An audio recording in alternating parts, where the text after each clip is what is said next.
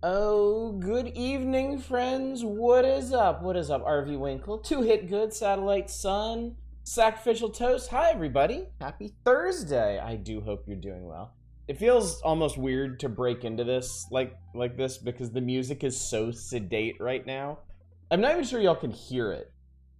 It's so subtle. It's from Mario Paint. You'll get to experience it. Well, now it's on to something else. But yeah, that last track was from Mario Paint, and it's such a weird, unearthly experience when you're listening to it. But hi everyone, hope you're doing well. I'm doing good. I had a day. My kids are actually off from school today and tomorrow. So it was not a normal work day because they kept poking in doing stuff. Heard subtle beeps and boops. Yeah, that's pretty much what it is. What's up, Fury Fighter? Le Retro Spiso, good evening. So yeah, my kids are around. My older daughter went over to a friend's house. But yeah, it's a little different. We had steak for dinner. Oh god, Jesus, it was so good. Oh, I'm so fat and happy right now. It was most nice when I'm just fat. But that put me in high spirits. I also did what I said I was gonna do last night, and I started playing Sunless Skies instead of Sunless Sea, and I'm definitely enjoying it a lot more. And I'm just nervous. I'm just nervous that it's like I'm gonna lose interest in it like I did before, because like I was saying last night, I know why I always lose interest in Sunless Sea. It just gets slow and boring and directionless. But I can't remember why I didn't play Sunless Skies more before. I'm having a really good time with it after a few hours, so. Was that on the top right of your camera? Have you never noticed this before? The stream is only for Nintendo, Le Retro Spice. Didn't you know that? Literally never? It's been there. It's been there ever since. It's been there ever since I got the overlay. It's been there for, Jesus Christ, a really long time. Don't listen to me, he's gaslighting you. No, it's been there. It has definitely been there. Like, it's been here. Yeah, it's been on this one too. It's been here the whole time. I only use it during Power Hours stream. My other frames don't have it. I guess, you know what, you probably noticed it because of the lighting in here. Well, I don't know. It's pretty jarring yellow and orange, isn't it? I guess purple does make it stand out a lot more, but yeah, surprise.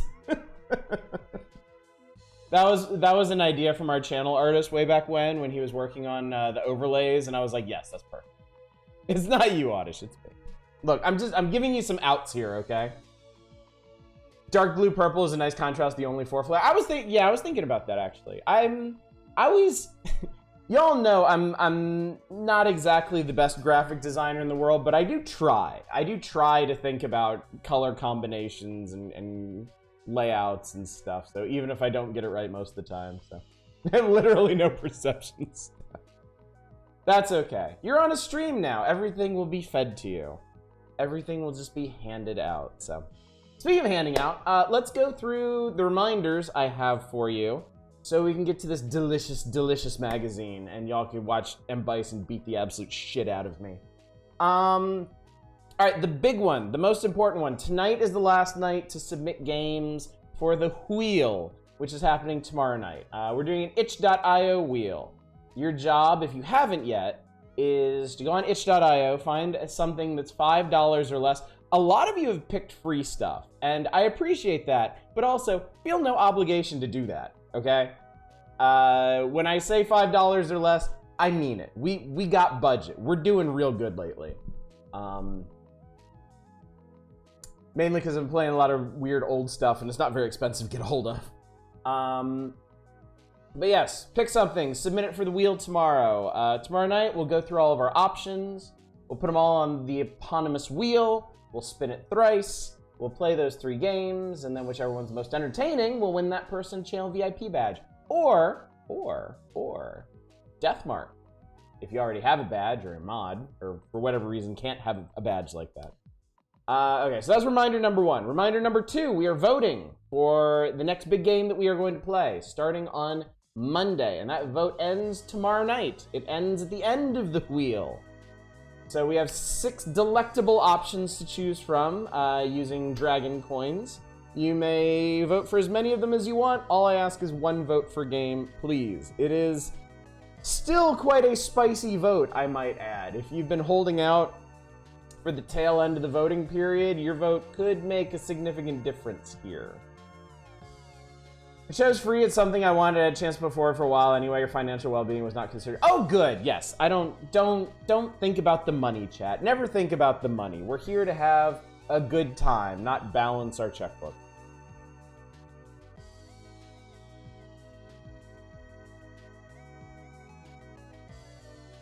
Nah, y'all know what checkbooks are. I was second guessing myself for a minute here. I actually haven't written a check for anything in years. Maybe my wife has. I'm not sure. I haven't seen my checkbook in years. I hope she has it. Pick to pay what you want game? Nice. Don't balance your checkbook, but do diversify your portfolio. Sage advice. Sage your fight. Don't invest in crypto right now. Woohoo! Talk about spicy. That's a spicy, precipitous drop, ain't it? Sorry, I'm getting distracted. Okay. So, wheel, vote. We're collecting, if you have some spare Dragon Coins, we're also collecting for our next Doom stream, which will be Cadence of Hyrule. We should, yeah, or Twitter, seriously. What's up, Dominic? Glad you're here. We should be getting to our Doom stream game, Cadence of Hyrule, assuming the collection completes in good time after this next big game we're gonna play. So that's exciting. Might be end of this month, I think. Good work, team. And also, there's still organizing going on for the November Community Night. That's happening on our Discord. So if you're not on our Discord, what the hell are you doing? Go get on our Discord. I mean, don't like get engrossed with it right now because I'm here, I'm live, look at me. But at some point, later tonight maybe, or early tomorrow morning, or sometime, just get on Discord. You should be on Discord. We want you there. If you're cool. But you're cool. Because you're here. You're good for it. Don't worry about it. I'll worry about it. I'll worry about it for you. What's up, Arcane? How you doing? Think I'll wing it. Oddish and his mad skills are online live. Yeah, you wouldn't want to miss that, would you? Especially since we're playing Street Fighter tonight. Oh god. We're gonna play Street Fighter 2 tonight. Let's talk, chat. Let's get into the magazine. Why not? Why not? Why not getting into it? Because we got some. Okay. I'm predicting that we will finish the magazine tonight, and for the last couple of months, the same thing has happened every time we try to finish the magazine, where we get into the Rob and George section, and we end up with so many more games to play than we actually have time for.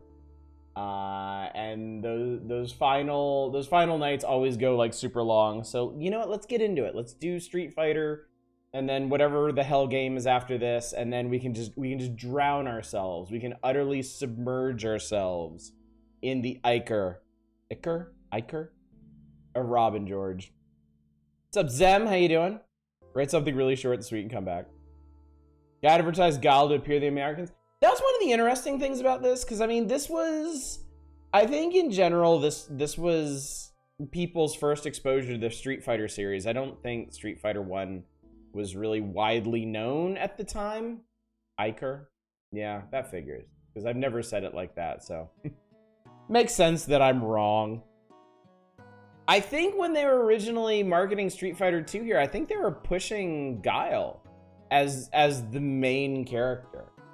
Because they got him here. He's the first... Oh, Jesus Christ. What the fuck are you doing? He's the first character that they... well, now I'm Guile. Hey, look at me.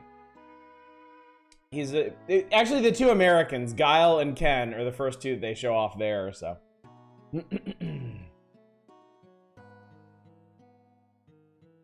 I was pronounced the same way as Ick, since Iker is implied to be icky. Yeah, I think it has a vastly different root. Yeah, of course they showed the Americans off first. Also, this blurb here. Live and let die. Ken and Ryu will make an appearance. Chun-Li is ready to jump on a plane. E. Honda and Zangief are in it largely because of their large size. Blanca and Guile have their own reasons for entering. It was a stretch for Dhalsim, but he made it. The Street Fighter tournament is on. They paid somebody to write that, chat. They paid somebody to write that. And then an editor looked at that, and they were like, yep, ship it. It's great.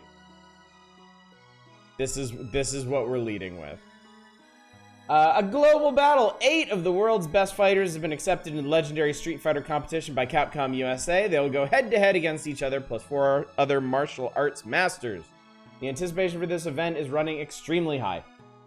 I don't think they ever at any point address the fact that this is Street Fighter 2 and nobody knows what the fuck Street Fighter 1 was. I had no idea. It didn't even, I wondered when I was a kid. But I never saw a hint or a glimmer of Street Fighter 1 until I was an adult. And I learned of it through the magic of YouTube. I don't even know where if I had wanted to play Street Fighter 1 as a kid, I don't even know where I would have. Was it arcade only or something? Original Street Fighter had that crazy arcade cabinet with that giant button you had to punch. I don't even remember seeing it in my arcade. And I was an arcade kid. I was there all the time. I do not think we ever got a Street Fighter 1 cabinet. We had Street Fighter 2 though. And I saw somebody earlier mention that this was a big rental game. I remember Blockbuster had an entire shelf of Street Fighter 2 carts when it came out. And they were just flying off the shelves. This game was big. It was real big. It's for kids. Why waste any effort? If we only had such literature for modern games. Oh my god, I need to look up this Nintendo Power Issue later because the art of Guile is actually pretty good. It's interesting. It's definitely interesting. Makes sense that Guile played like a notable Belgian actor. Jean-Claude Van Damme was the main character in the movie. Original Street Fighter, yeah. Arcade near says Street Fighter cabinet. I wonder if there was one anywhere near me. I didn't just miss it. I know we didn't have a Street Fighter 1 cabinet. I don't think fighting games really blew up around where I was until Street Fighter 2. I think that's what it was on PC Engine as well. Okay. Interesting. Let's check out our motley crew here. Guile, watch the hairman. God, look at this original art for Guile. Look at this. He looks so gaunt and creepy. I mean, I totally understand that's what Capcom thinks of Americans. Well, half of Americans, I guess. We have, I guess we have the two flavors of American here. Like pure pure 100% oorah American and American who has seen the glory of Japanese ways, I suppose. Nichibutsu actually had a shop to sell pachinko machines near our house. They also had a couple free play crazy climber cabs. Wow. All Americans are blonde. It is true. Yes. They understood that at least. Former member of the United States Special Forces, Guile entered the Street Fighter competition to go after a man known only as M. Bison. Guile will certainly have his work cut out for him.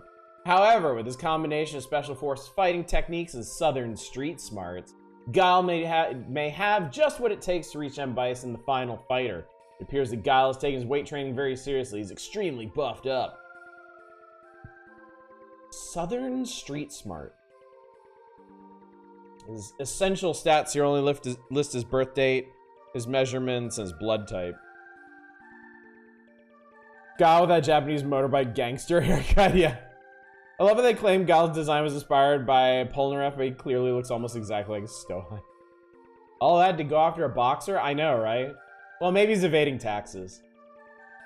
Hate hold characters, especially if they have anything you need to press up for when up is fucking jump. I felt the same until Capcom vs. SNK 2, and I ended up playing him a lot more, and I got used to it. They're still not my favorite, but I don't hate them as much as I did back in the day. Anything interesting here? I think it's neat that they break down their stages as well. That they actually bothered to map these out. Just to show you. He was a good night and no jest. Persona 2 has gotten so crazy I've never said Fuhrer so much in my life. That sounds crazy, alright, Dom. Sure does. Ken, straight from the old school. An American from the northeastern region of the US. Really? Ken studied martial arts in Japan along with fellow student Ryu. Having perfected their skills under the same instructor, Ken and Ryu are very much alike in their abilities and techniques, although Ken may have a slight edge in sheer power. Extremely potent combination of strength, speed, technique, and finesse make Ken one of the most well-rounded fighters in the tournament. Is that true? Is OG Street Fighter 2 Ken, does he do more damage than Ryu? Oh yeah, I forgot P2 had a lot of Hitler stuff. No? Okay. I always grew up believing that. I believed the lie. They were exactly the same in the original. Alright. Chun-Li, the world's strongest woman. Chun-Li has been training ever since she was a youngster growing up in her native China. The moniker of the world's strongest woman has been given to her by many martial arts experts and instructors in her home country. She has something to prove to the rest of the world, and she also has revenge on her mind. M. Bison will be the target. Chun-Li's jumping ability, foot speed, and agility are simply unrivaled by her peers, and they know it. Nothing about her being Interpol, huh? I guess they didn't really have a whole lot of backstory to go into yet.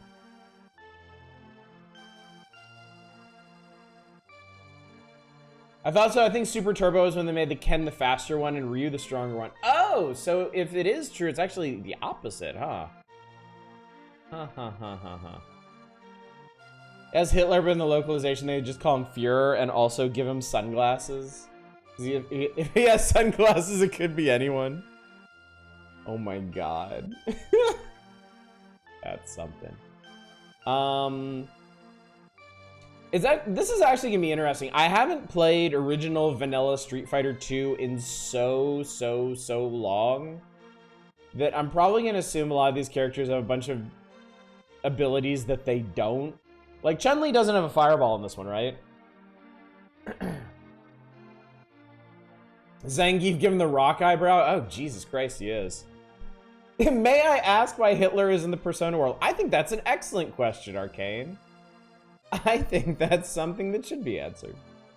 Zangief, a Soviet bear. Oh my god, Eva. Thank you so much for subscribing for 17 months. Play as Jago. Yeah, let me just enter the code for that.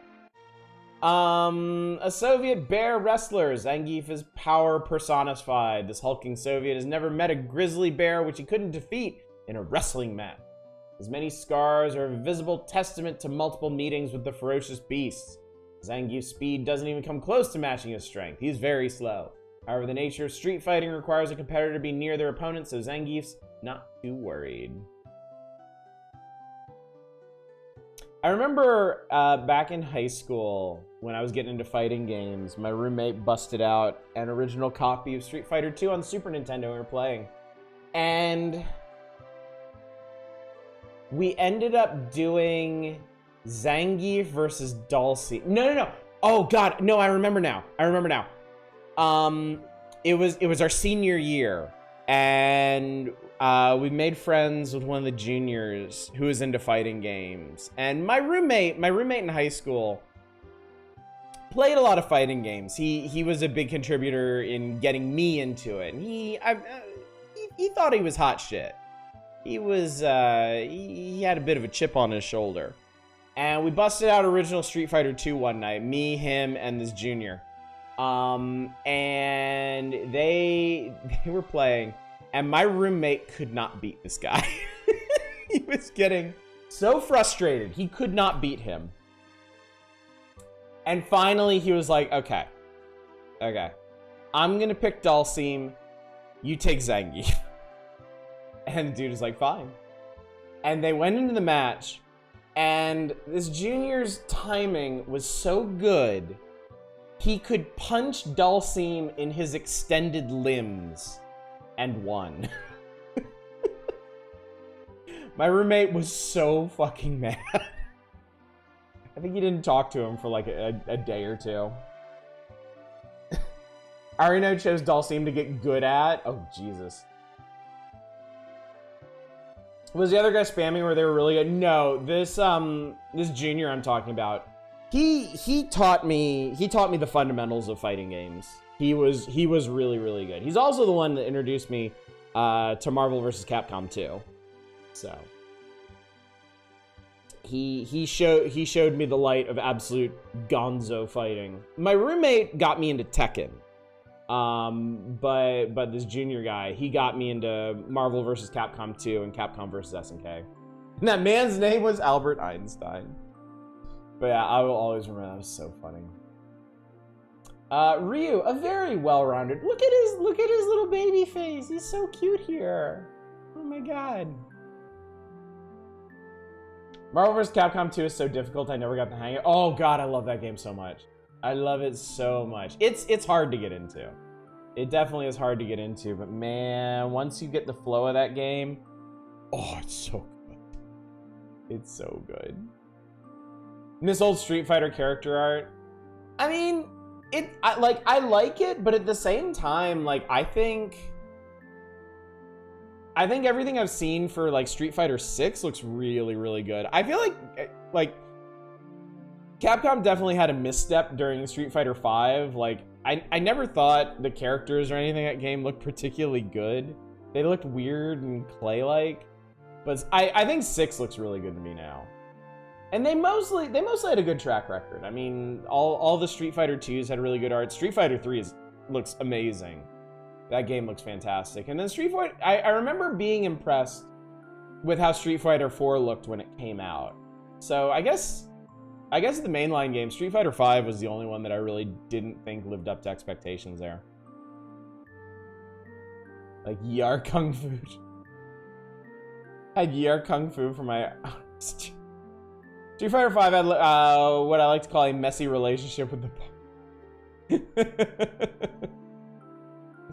Ryu is a very focused fighter. The only thing he truly cares about is winning. He and Ken have dueled many times, especially when they were in training together. They are good friends in Japan, but have grown apart since Ken moved back to the States. Ryu is a bit older than Ken and maybe slightly quicker. Ryu loves to surprise his rivals by unleashing several lightning-fast moves in succession. His precise technique allows him to recover quickly. I don't think this is actually true, is it? The only thing he truly cares about is winning? Isn't the only thing he cares about, like, getting stronger and mastering his art? Isn't that, like, his kind of... his thing? Isn't that his lane? Also, like, under the technique file, they kind of forgot how much space they had. So, like, the consummate karate expert, Ryu dazzles with his fantastic moves. And that's it.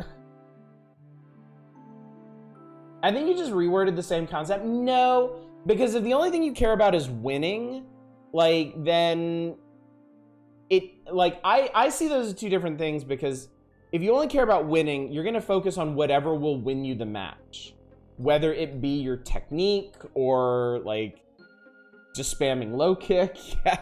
Whereas I feel like Ryu's actual thing is like he doesn't really care if he wins. He cares about becoming stronger. He cares about mastering his technique.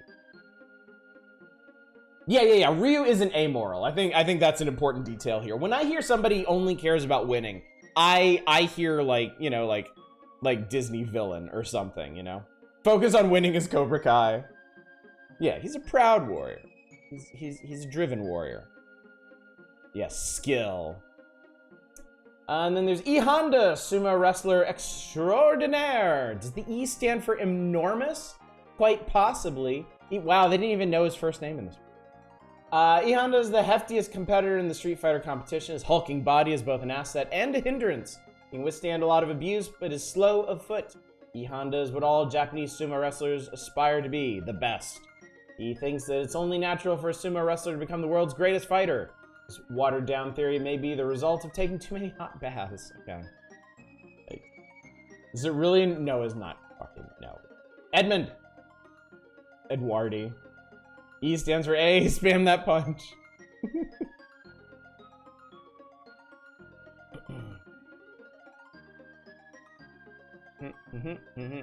I always really liked E Honda's stage. I think this was one of my favorites. I just thought the bathhouse looked really, really cool. Blanca, a Brazilian nightmare. When Blanca was very young, a plane he was riding and crashed in the Brazilian... Somebody fact check this one, okay? A plane he was riding crashed in the Brazilian jungle. He was raised in the jungles by a pack of wild animals. To keep up with them, he had to move very fast. Blanca is very animalistic in his fighting tactics. He has the ability to control surges of electricity in his body. The lightning storm which caused the plane to go down is the source of this strange power. Blanca's body has been mutated from electrical surges. I feel like they're really stretching here. He was bitten by a radioactive chupacabra. But why is he green, though? Been to Brazil. Most men don't look like that, yeah. They always have it. What is Blanca's actual backstory? I know somebody here has to know it. What is the true Blanca backstory here? Why Monster Man in Street Fighter? Eels, chat. Eels. Blanca's earning those bison dollars. No good really? There's no actual backstory for Blanca? Lost in jungle, trained by eels. Eels, honey. Eels. Somehow his name is Jimmy and his mom is in the game and looks completely normal.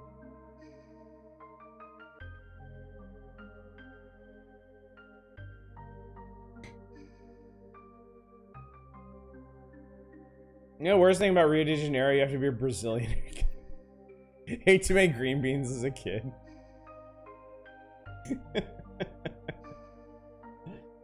Brazil stage in Street Fighter 6 look dope, by the way. I don't think I've seen that one. I think it's kind of wild that Blanca has gone from this, like, fast-paced charge character to, like, he's like a summon character now. He has all the little Blanca dolls that he chucks all over the place. He's like Street Fighter's version of Faust from Guilty Gear now. Oh, it has the big snake again? Sweet. It's green to the absorption of chlorophyll from plants.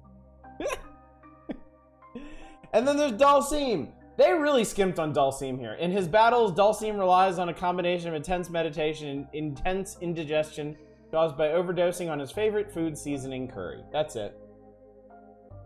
That's really it. He is part man, part sloth, covered in algae. Okay, so lost in the jungle, trained by eels, absorbed chlorophyll from the plants. Makes a Blanca. They will meditate and then destroy you. I never fully, like... I never fully got Dulcine's deal, and to be fair, I don't think Capcom ever did either. Because the dude is running around with a bunch of skulls strapped to his chest, okay? And I focused on burning asses. And then the later games, he's like Combat Gandhi. It's kinda weird. Kinda weird. According to this, he's 5'10" and 107 pounds. I mean, you can't see his ribs here. I don't want to see Dulcine's deal. The strategy was based off a Hong Kong martial arts film. Really? That's interesting. I didn't know that.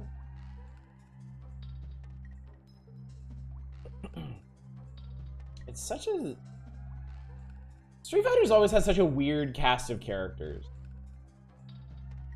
It always felt to me like there were almost like two different concepts to this. Like, you have a number of like very straightforward like martial arts and like hand-to-hand combat people, and then you have Electric Monster Man and Stretchy Indian Fellow.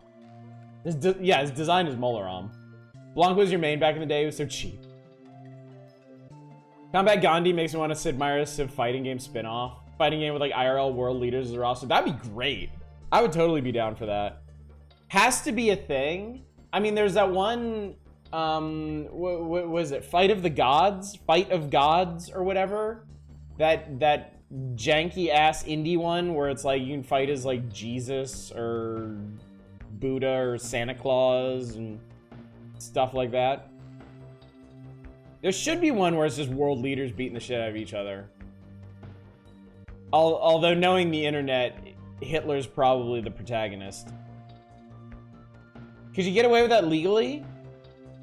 What, like a world leader fighting game? Absolutely. You could totally, yeah. Santa fighting Jesus. Shadows, you haven't heard of this? Zeus is in there, yeah.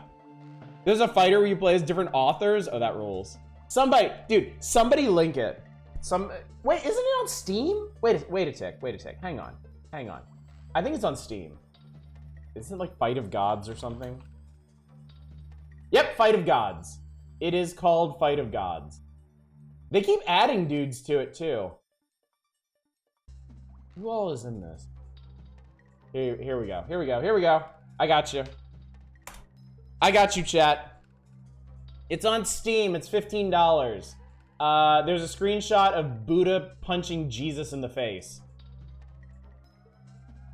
To be fair, if we can be real for a second here, I kind of love Jesus's design in Fight of Gods because it's big, muscular, like white Jesus who like ripped himself off the cross, so he still has like the boards nailed to his arms, and he like beats the shit out of people with them.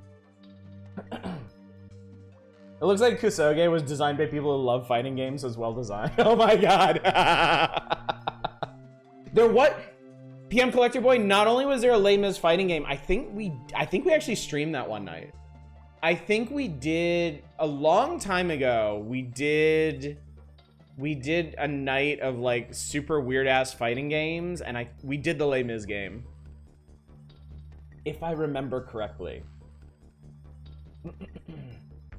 See the Egyptian sun god having his own cheering section. Yeah. I've seen a couple people stream Fight of Gods, and it actually looks hilarious. I think Maximilian Dude's actually gone through it a couple times, like, as they've added more and more characters to it.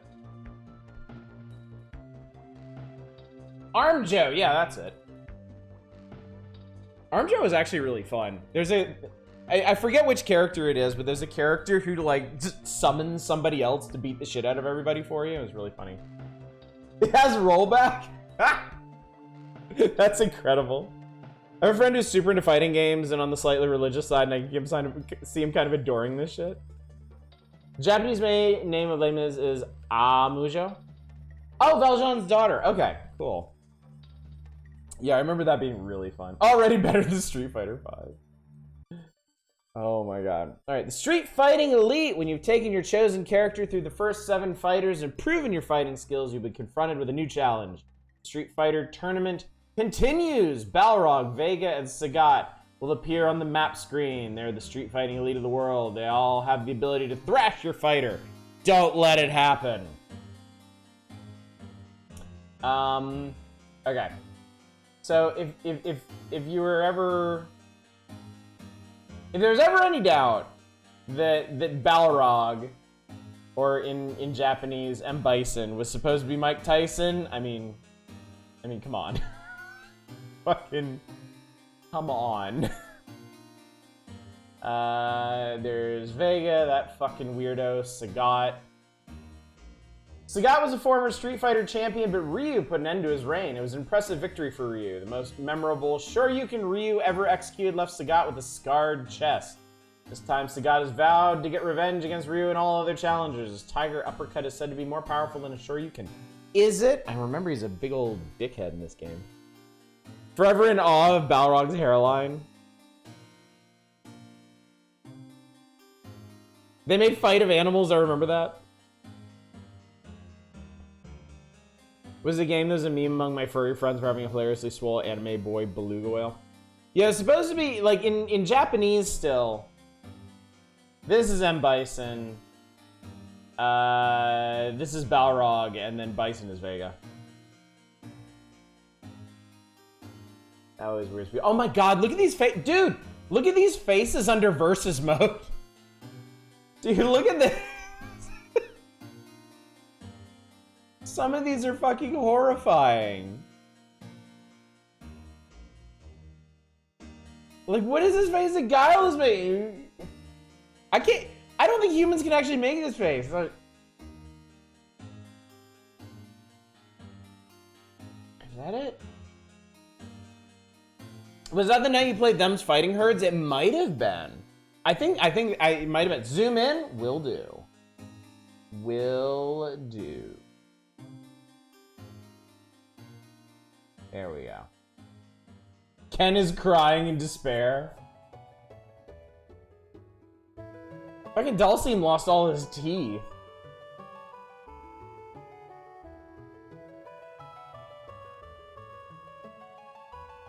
E. Honda looks more like an orc than Blanca does, somehow. Oh no! What's up, Nemrin? Senki's skull.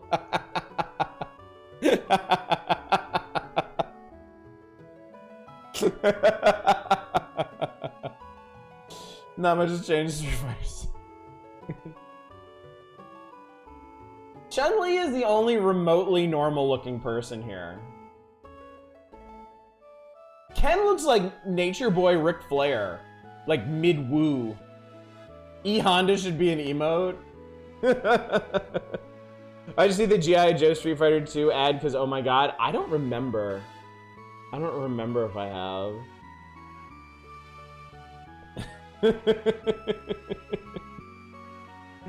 Oh my god. Anyway, where did Blanca's eyes go? They're there. They're just rolled all the way to the front of his head. Which is really creepy. Extra double plus creepy. Okay. Well, anyway, this has been requested. Let's go ahead and play it. We're obviously not getting through the magazine without playing its cover game, so. Ken looks like post-chair shot Nature Boy. Legit quote from this, if I recall, is a G.I. Joe screaming, "What's a doll scene?" before getting kicked in the face. Oh my god. Okay. Alright. Make sure I pick the right flavor of Street Fighter here.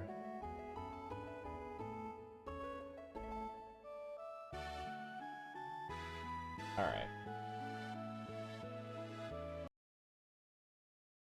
Hold up.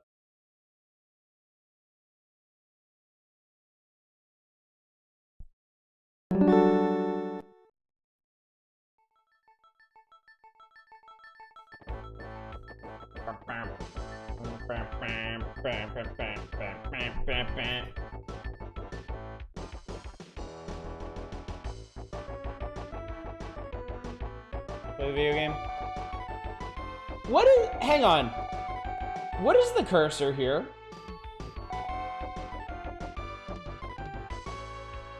I can't tell what that figure is.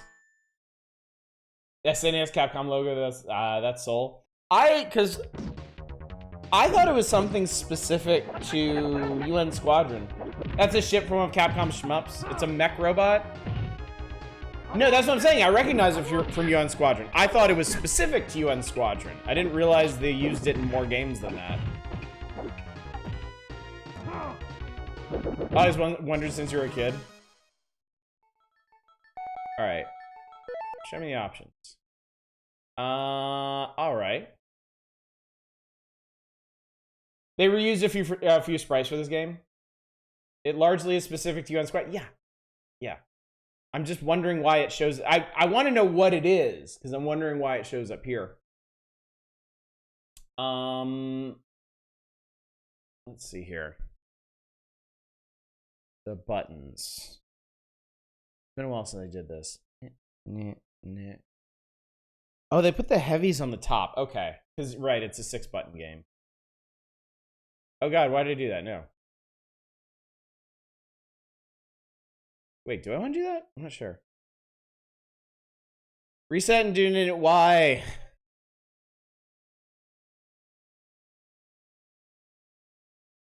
Okay, I accidentally changed this. I'm not sure I wanted to.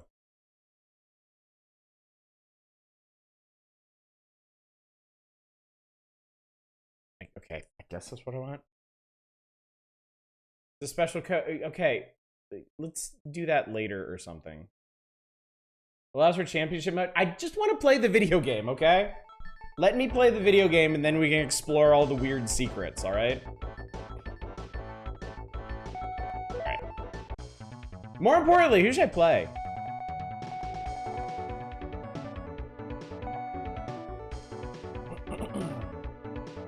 Yell somebody out, chat. Yeah, let him lose first. Let him get his ass kicked first. Who had the best face in that art? Oh, I guess we're Guile. I totally forgot that screen was timed. Round 1, fight! Okay. Sonic Boom! Sonic Boom!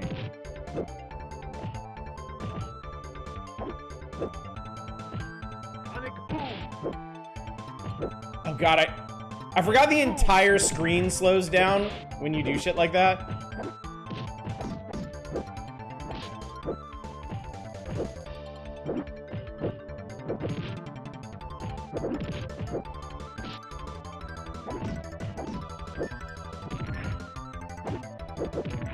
I wanna get that shit. I like how Guile dances away from opponents.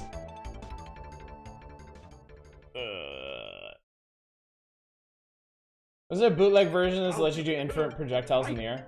I was trying to use his flip kick, and she took advantage of that.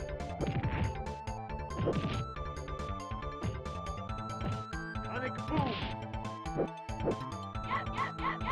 Sonic Boom! Cool. Oh, there it is. Okay. I can do it after all. Maybe. Just not what I need to. It's gonna get my ass killed, too. Ah! How the fuck does that work? Thighs win. Surprising no one.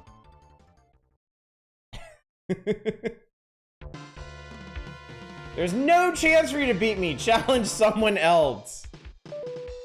Sonic Boom! Sonic Boom! I am better now. Alright, hang on. We can do this. Round 1, fight! Sonic Boom! Sonic Boom!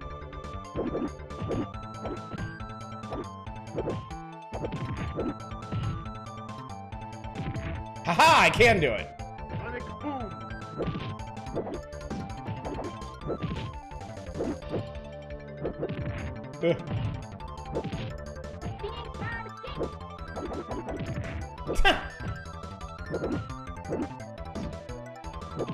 Ow. There we go. Just try calling the Nintendo hotline. How many calls do you think they got like that? Hi, how do you beat Street Fighter 2? Round fight. How do they answer that? Oh my god, that does so much fucking damage. It just keeps hitting.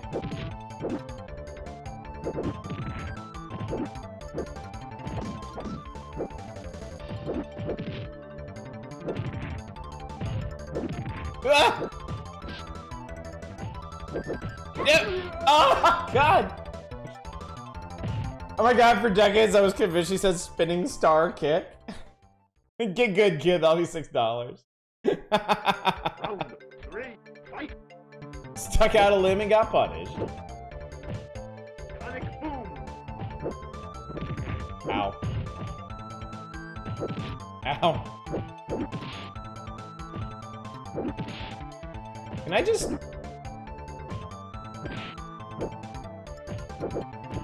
Sonic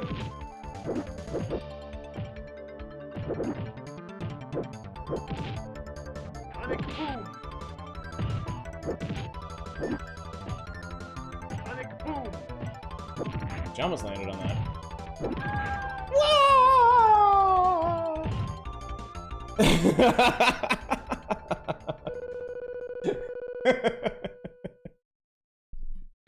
I've seen you play fighting games, and I can beat the first stage of Street Fighter 2. Go home and be a family man. Alright, now we get to get murdered in Brazil. Round 1 fight.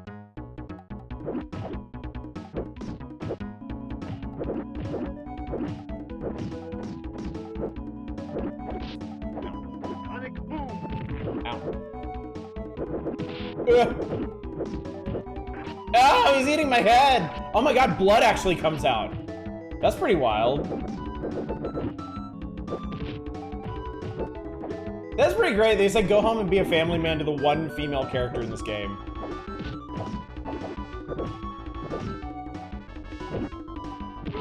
Ugh.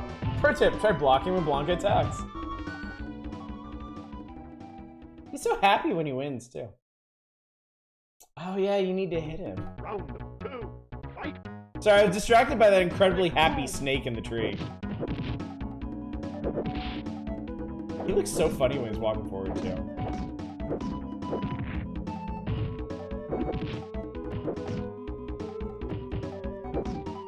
It's also really weird to see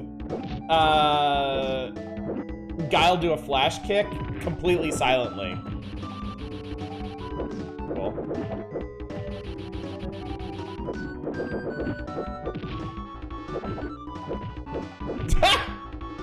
That was amazing.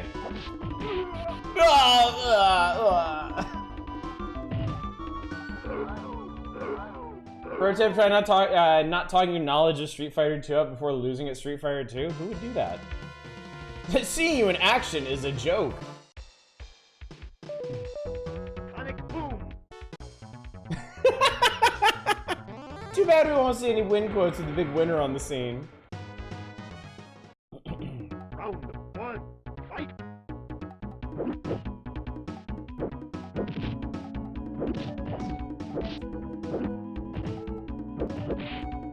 Sonic boom. Sonic boom. Okay, that's getting slightly easier. Sonic boom. Yeah. The problem there is you lost that match instead of winning it. You also seen that video of someone using predictive text to generate Street Fighter 2 win quotes? Because I haven't. No, that sounds really funny. Round 2 fight.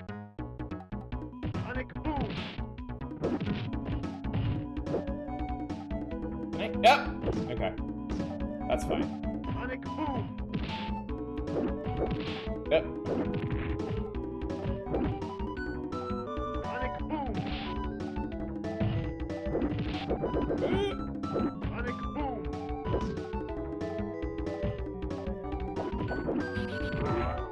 Huh. Okay. Other parody arcs just round start quotes.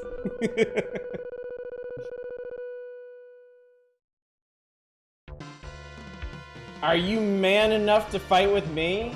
Why's everything with Guile gotta be about gender? Kinda fucked up. Guile takes less damage from spinning pile drivers because his hair's flat. Fight. Sonic Boom.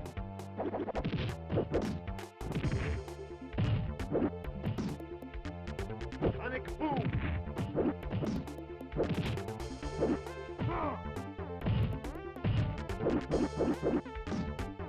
Uh-oh. You just kind of see it coming.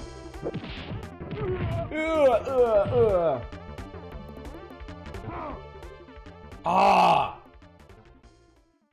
This is probably the worst matchup. Round 2. Fight.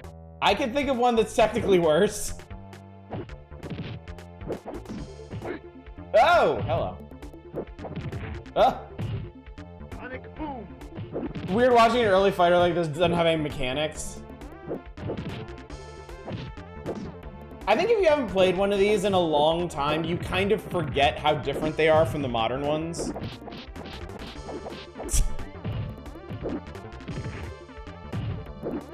Oh god!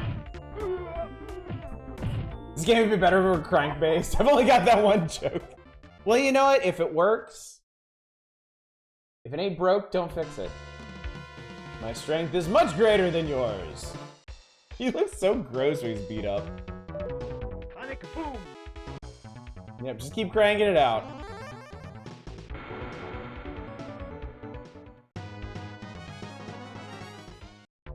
Round 1. Fight. Zangief has such lovely blue eyes.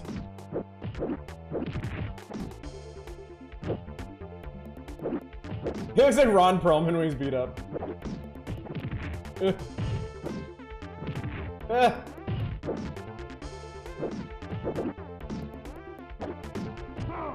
Ah!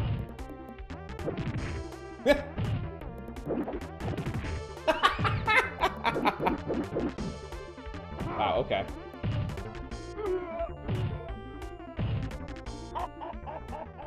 I was gonna make another joke about Oz using that skill we gave him feedback for. Yo. Round 2. Fight. Sonic Boom. Ow. Whoa! What the fuck was that? Sonic Boom. Was Geef having a seizure there?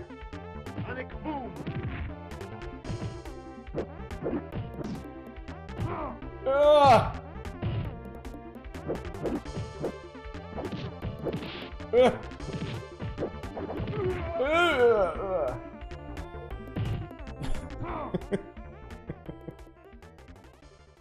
This computer proving it matched light attack far faster than you can. Next time we meet, I'm gonna break your arms. Sonic Boom. Because your face wasn't enough.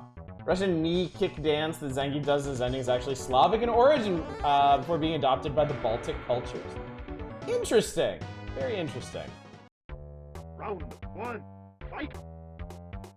Sonic Boom. Sonic Boom. Oh god. Sonic Boom.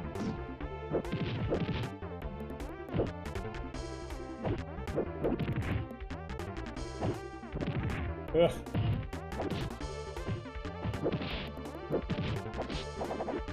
Yeah!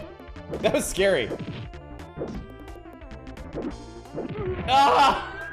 His boots are too long! I admit when I was a kid, I thought Zangief was covered in bloody cuts at all the times and made him more badass. Those are scars. Round 2. I don't think they're meant to be bloody, but they are meant to be scars. Sonic Boom. Dude is scarred all the fuck up because apparently, yes, he was a bear wrestler guy.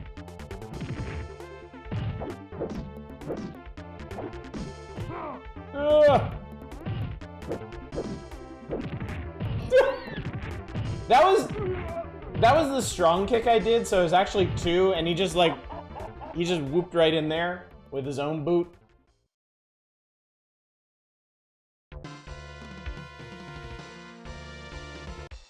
Sonic Boom. He did the bare minimum. Learned how to do the SPD in a Cyclone Blizzard while delivering a jumping pile driver to a bear. Round 1. Fight. Zangief is a cheater who creeps his opponents out with his open wounds. Oh my god. Y'all are getting bad, you know that? Oh.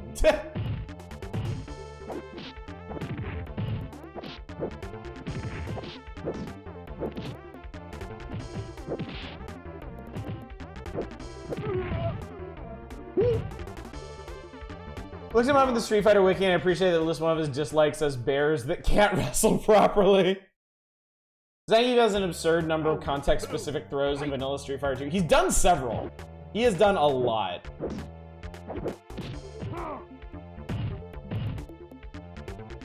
Sonic boom.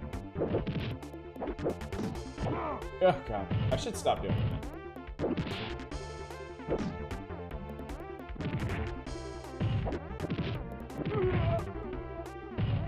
There are things that you learn to do in modern fighting games that you can't do in these old ones. And I don't play fighting games like super often. So some of the muscle memory I have for things is like really, really bad here. Round 1. Fight. Not air block. Nothing that I play has air block. What is he fucking doing? But like priority in this one works like totally different than it does in other, like in modern fighting games. Grappling was never as grappled as they grappled Zangief in Street Fighter 2. Recall the Wii Virtual Console having a shit ton of releases of Street Fighter 2, but for some reason the Genesis port and only that version had online multiplayer. Sonic boom.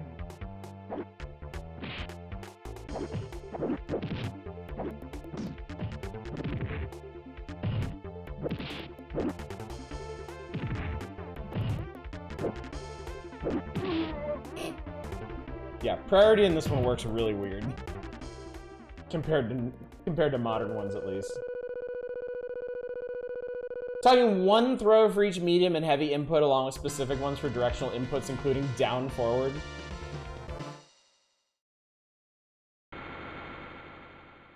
Fine. Oh boy. Round 1. Fight.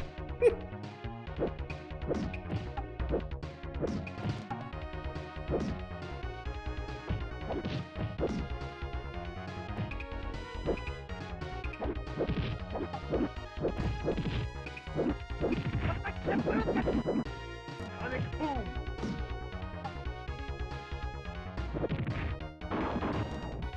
Read Burke a sign, bud. Oops. Yeah. God looks like Beaker the Muppet.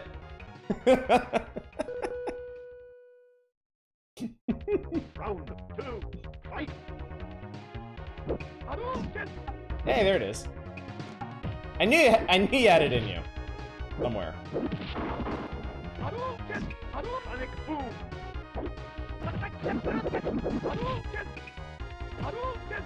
Hadouken. Oops. Sonic boom. Ow. No, I broke your sign. Sorry, buddy. Oh, shit. Okay. Capcom versus Henson when?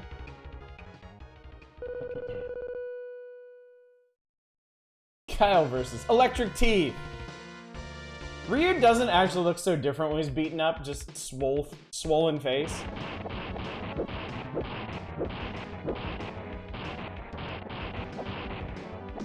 No, don't break my brick pile. Oh, my brick.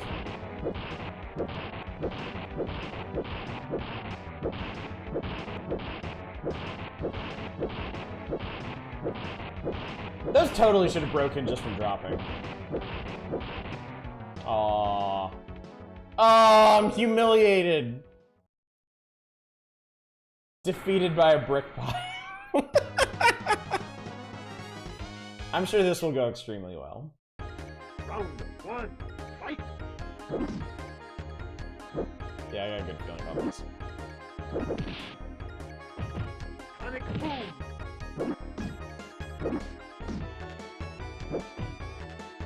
Sonic Boom. Sonic Boom.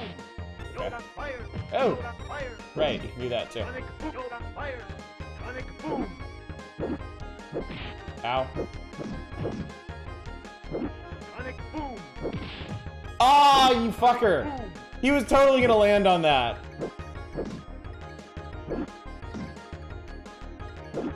Oh god.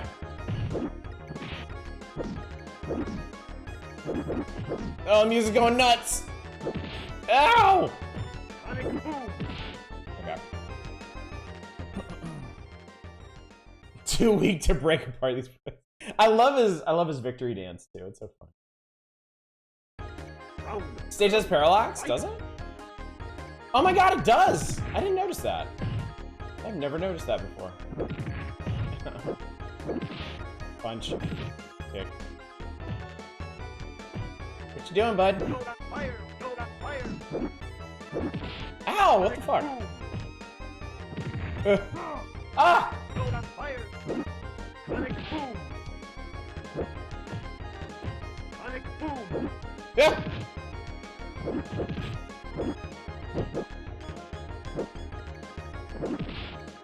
Yoda fire.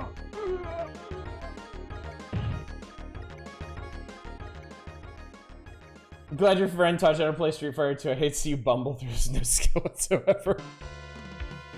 Now you've realized the inner mysteries of yoga. Sonic Boom. Okay, wait. In some... I feel like in later incarnations of Dhalsim, the skulls are like human-sized. One. Fight. Who are these Boom. skulls from? Sonic Boom. Gal's block pose is so weird. Yeah, Fire. Yoda fire. Sonic Boom. he really just kind of curls himself into a weird ball. Ow.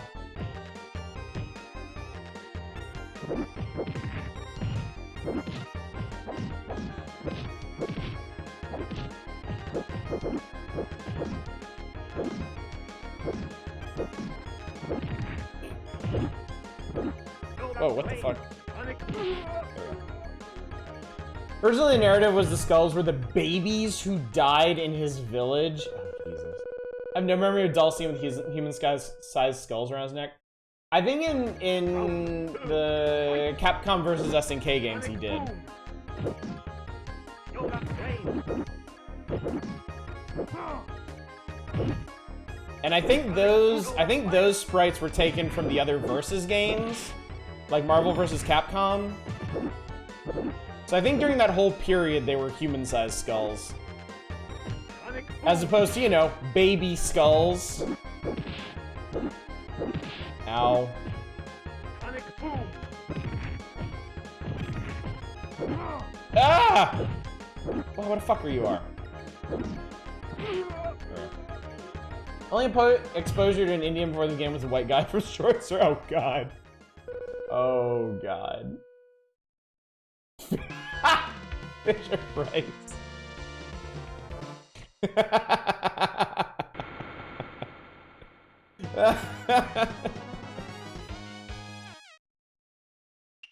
Round one. Fight. Good job, dude. Sonic Boom. Ow.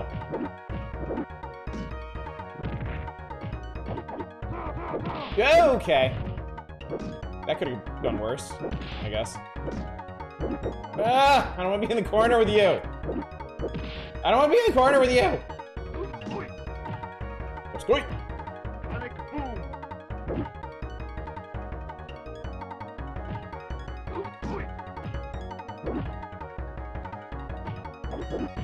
Ah.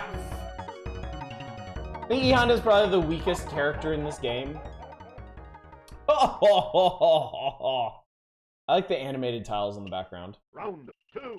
Fight. Sonic Boom. Eh. Sonic Boom. Sonic Boom.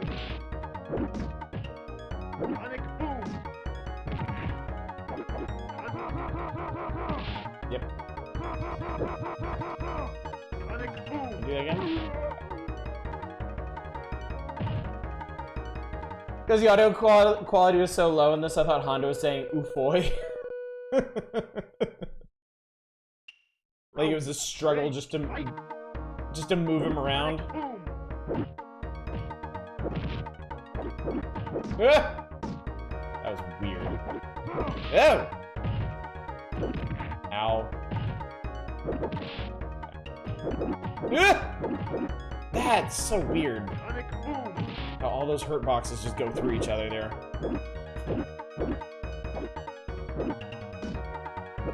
Yee!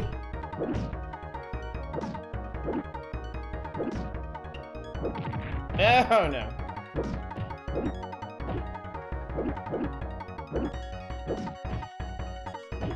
God damn it. It doesn't sound like Doskoi. Like Tatsu doesn't sound like, yeah.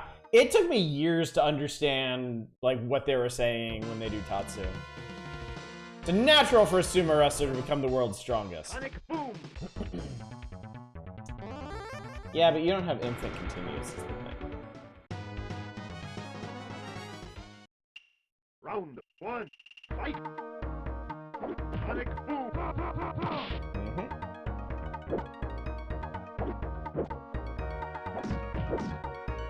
Sonic boom!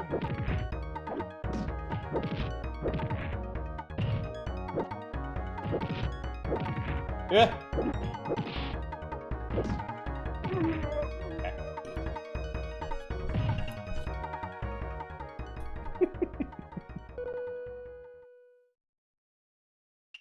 Round 2, fight! Yeah. Ow.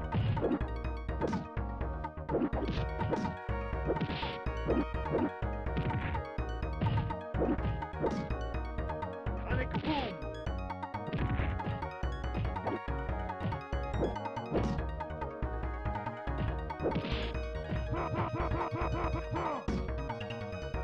Well, at least he blocked that one. Oops. Oh, hey. Wait, what the fuck?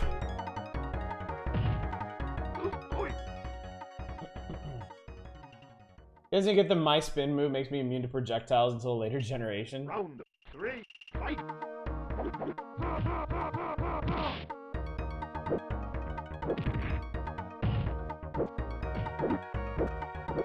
God. Oh! Jesus Christ.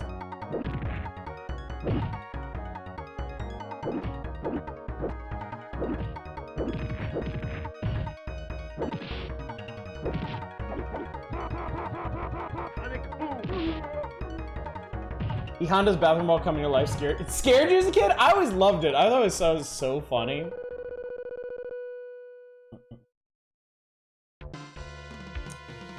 You man enough. Wow, he doesn't even look all that beat up. Like I splattered some of my own blood on him. Round 1, fight! Shoryuken! Shoryuken!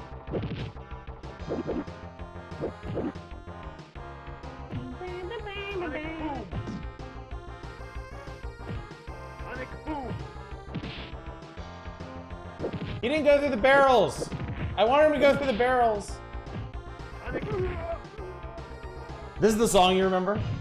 I always thought it was really weird that the music spins up as the health gets lower. Like I feel like these songs aren't really well suited to that. Sonic boom! Shoryuken! Oh, are you can?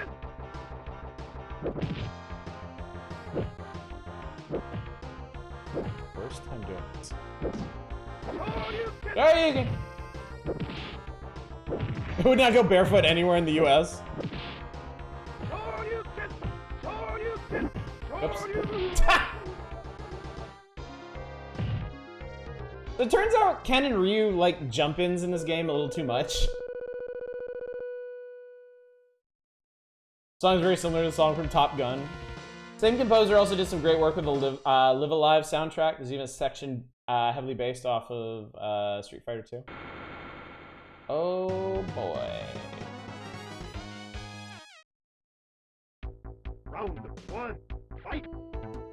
is a cool ass looking stage.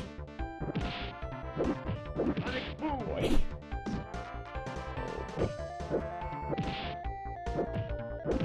Why would Balrog jump in though?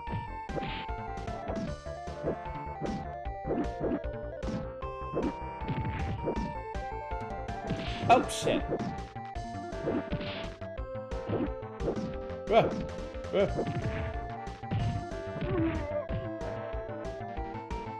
For the Nin Nin Hall? Oh, I am in front of the Nin Nin Hall. What the fuck? And the golden goose? Sonic Boom.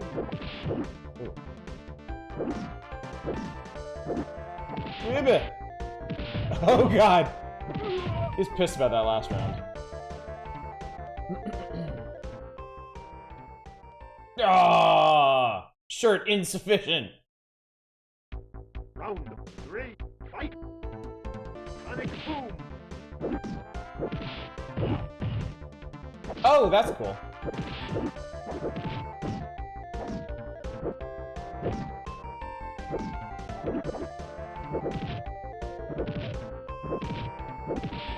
He was like, fuck that. Nin Nin is Akira Nishitani's pseudonym. Oh, cool. That's really neat. Okay, get up, you wimp. Sonic Boom.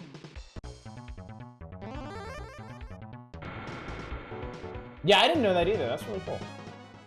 Next time I bite your ear. Sonic Boom.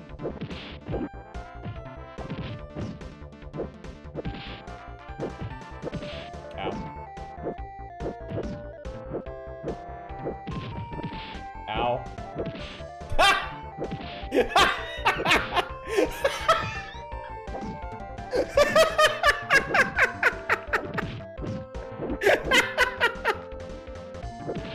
That was the funniest hurt box ever. I can't be mad about that. That was so funny.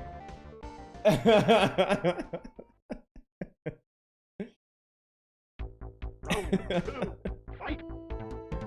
Oh my god.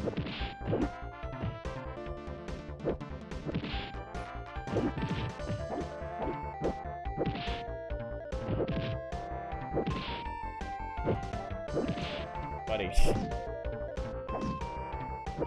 Okay. Sonic Boom. Never noticed the magician ladies in the background? Really? Oh! They're actually doing tricks, huh? There's a lot of really interesting looking characters in the background of this one. Round 3. Fight.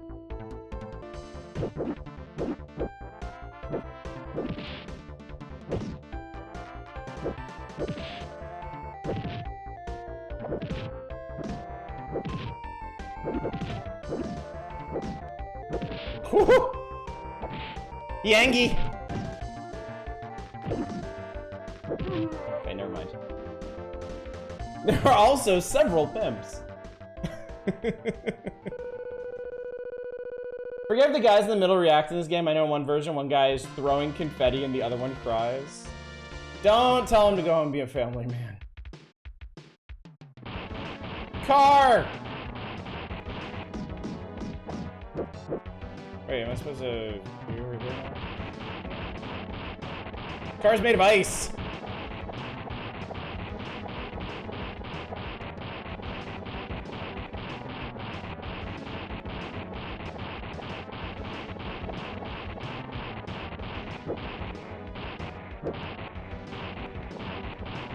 No. Just punches it into a car, why not? Could be a game by in of itself, Car Puncher. Surprised it isn't, honestly. There should be a fighting game that's just you versus inanimate objects. I feel like that would do really, really well. This is what that Guacamelee seemed to parry? Yeah.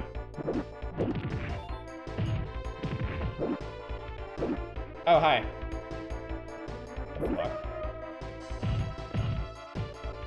Neat, that's a grab.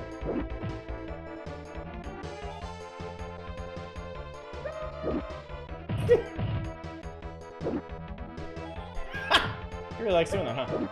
Ah!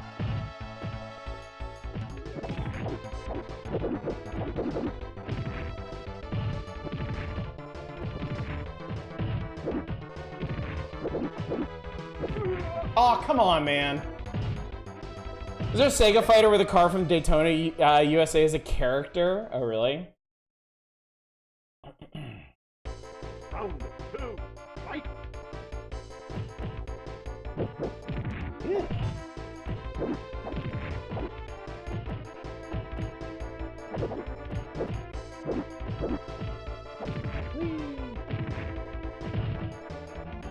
Sonic Boom!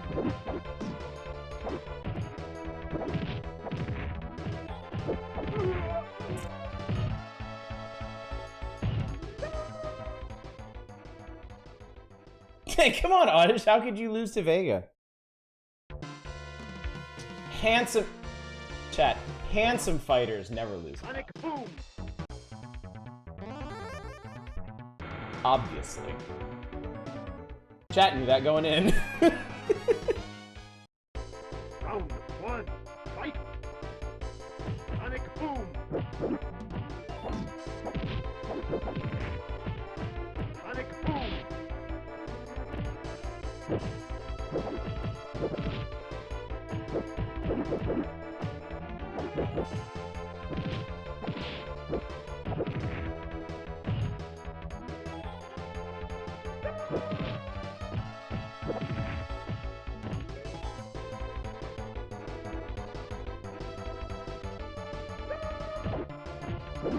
Oops. Oop. Okay.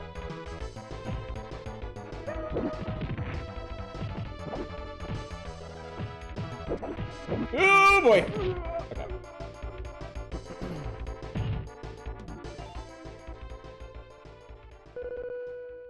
Fighters Megamix? Round 2, fight!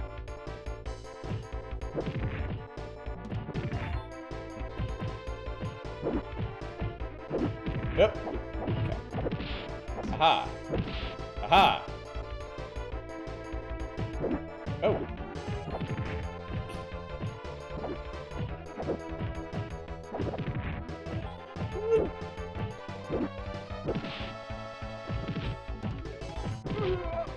Okay, who said he's not getting past Vega? Fess up, chat.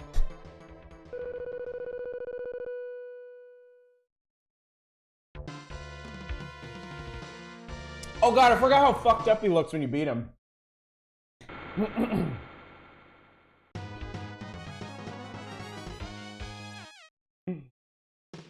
Round 1, fight! Maybe this is the one you should have bet on. Tiger Uppercut! 'Cause I remember hating this. Guys on the other side. Tiger! Tiger! Tiger! Tiger! Tiger Uppercut! Oh. Oh god, right, knee. Tiger! Yeah.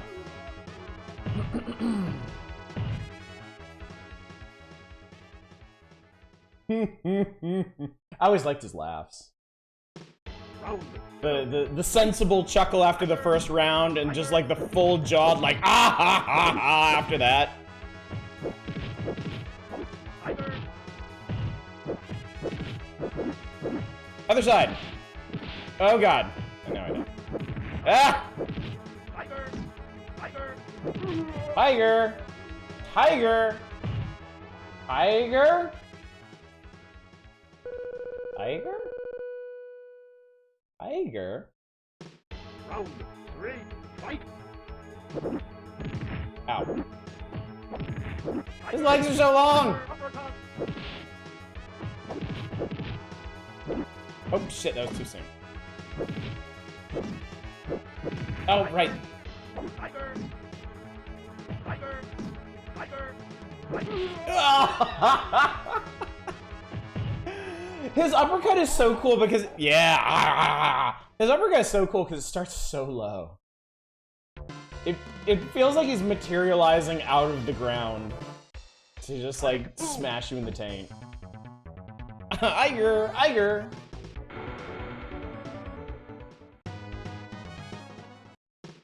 Round How could you lose to Sagat? Of all people. Tiger Uppercut! Oh god. Oh, my brain hurts. Tiger! Tiger! Tiger! Tiger!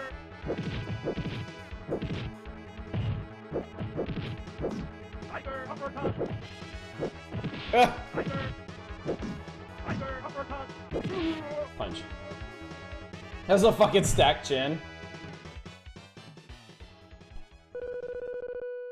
I feel like Guile has this 1,000-yard stare when he wins. Round 2, fight!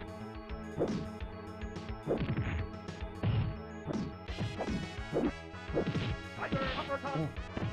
Tiger! Tiger! Tiger! Tiger! Ah! Tiger! Ah! Tiger! That was like right in the jump too. Tiger! Tiger! Ah! Tiger! Tiger! Wait, how did that? What? How did it go to his leg? Tiger! Okay, he went brain dead there for a second.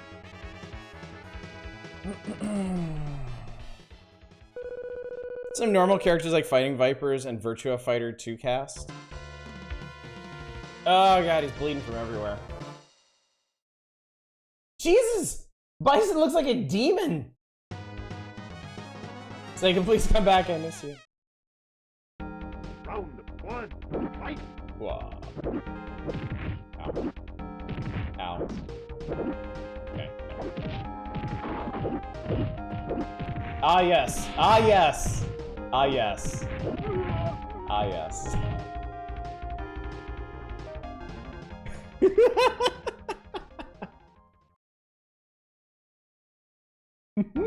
Round 2, fight!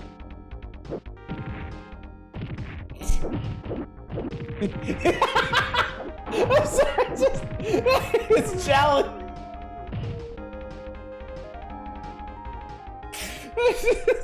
His challenge is tough but fair. Sonic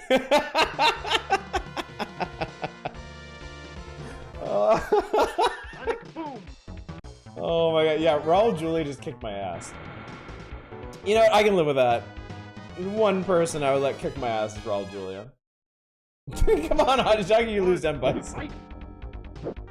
Oh my god, that was so funny.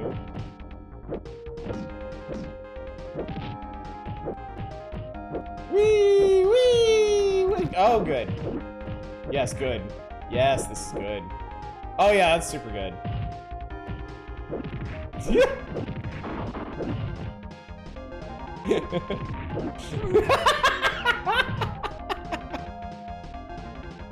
Only Bison gets combos. Nobody else can have combos. Only Bison. They tune up the stats a ton or just spend more time making the AI stronger for the boss. I think they just gave him a whole bunch of moves that go together really well and are like weird to block.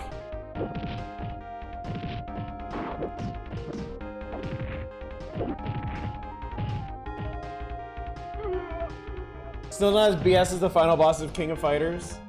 Which one? Also, yes.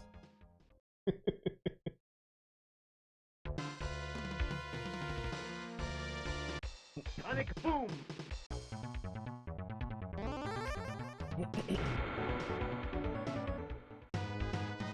Combos do exist, if it, yeah, but not how Fight! people understand combos now, certainly.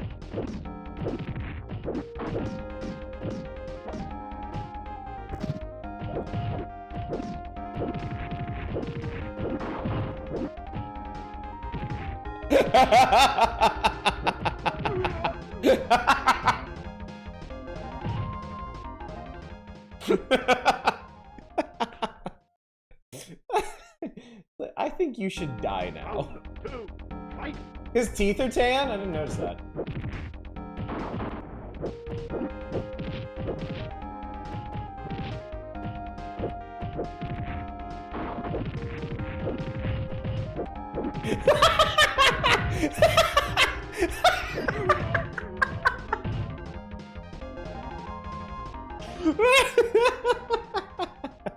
Is M. Bison or Shao Kahn? Get lost, you can't compare with my powers. Well, Sonic for boom! once I think you're right.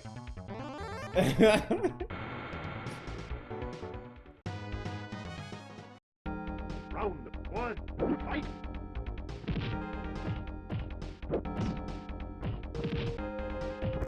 Oh god. That makes a weird little electric noise. Oh, Jesus Christ, man.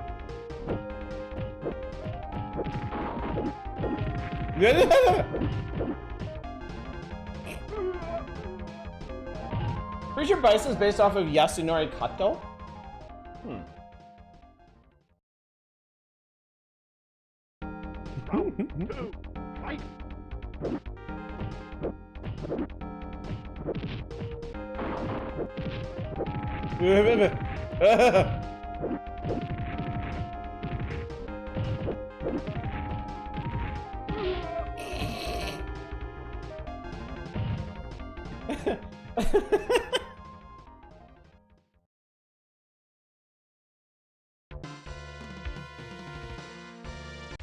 Sonic boom!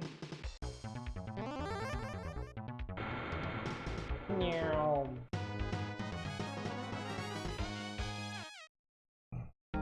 Round Ah. 1. Fight!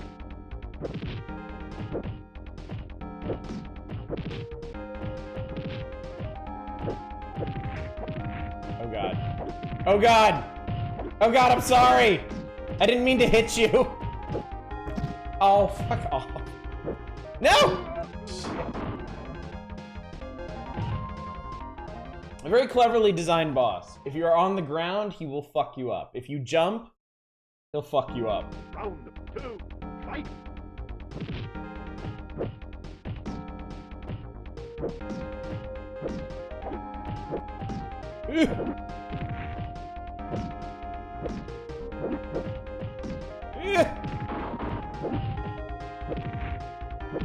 Very clever.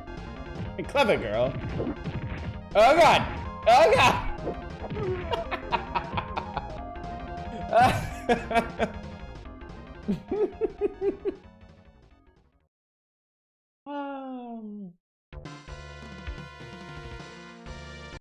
Sonic boom!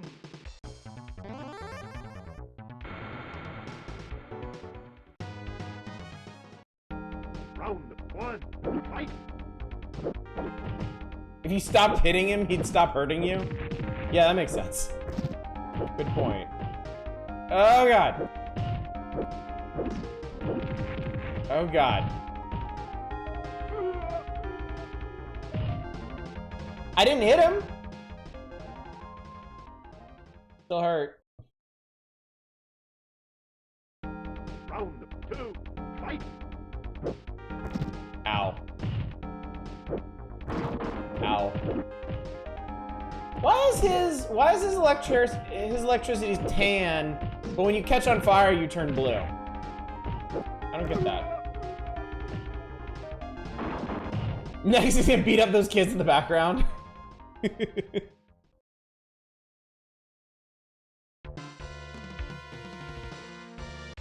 Sonic boom!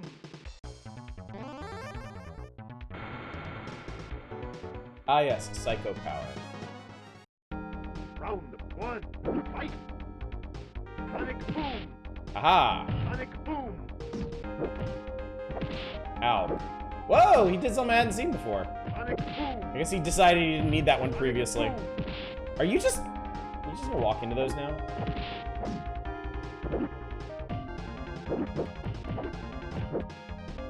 Sonic boom!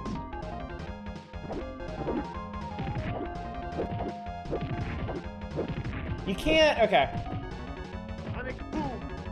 Sonic boom!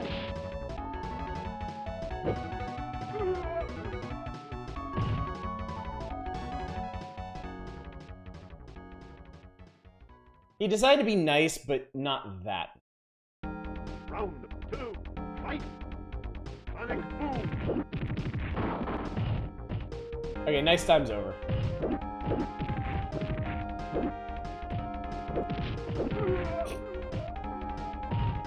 You get one. You get like 5 seconds of mercy. If he's too nice, you might get uppity. Sonic boom!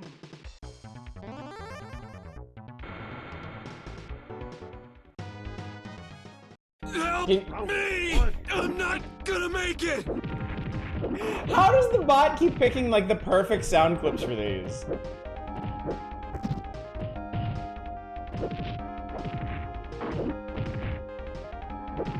More of this.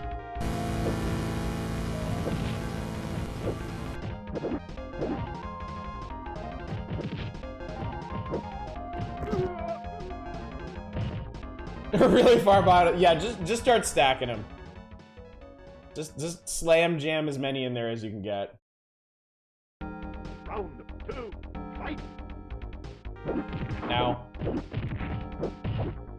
Bot isn't actually a bot, it's live moderated. Oh my god, you fuck.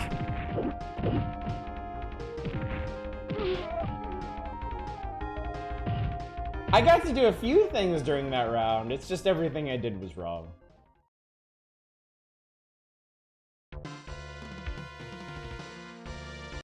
Sonic boom!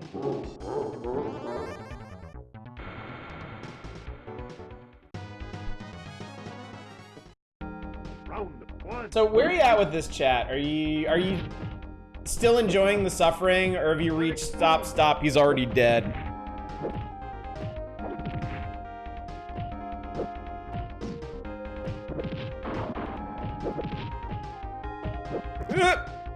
Chicken.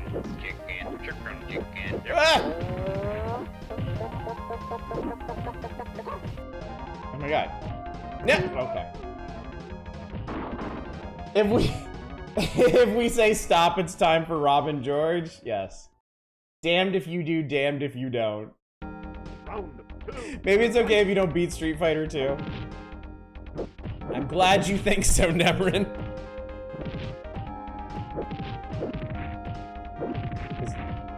We probably don't have much of a choice there.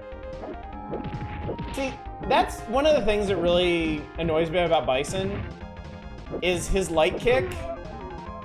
His light kick can't be out prioritized. Like, once it's out there, it's gonna hit you.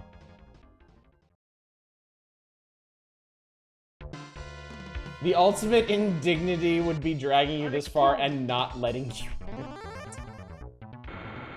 You could switch characters. I don't think it would help very much. Personally, I don't think it would help very much. Fight!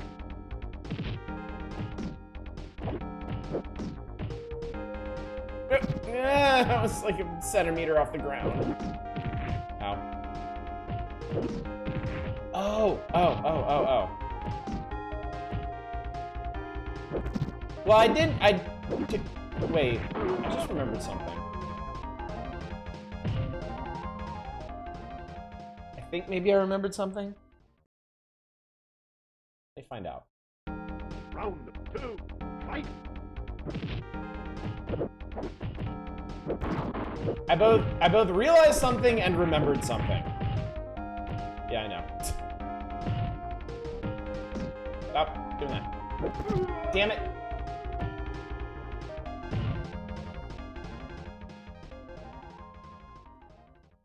I'm curious to hit what's the Zangief strategy for this? Sonic boom!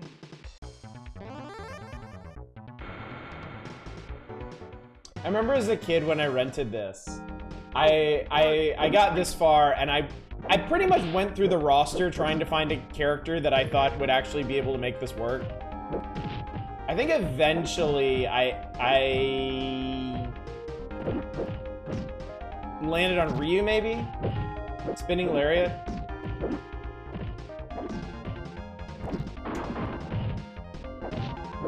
Whoa! What? That was like a vacuum cleaner. Normally make this work with a Honda.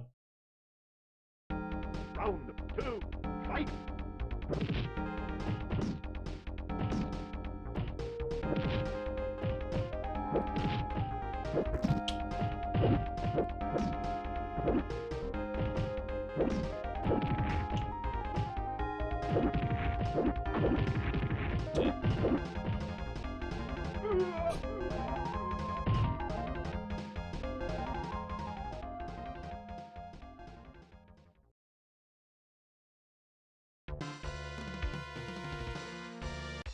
Sonic boom!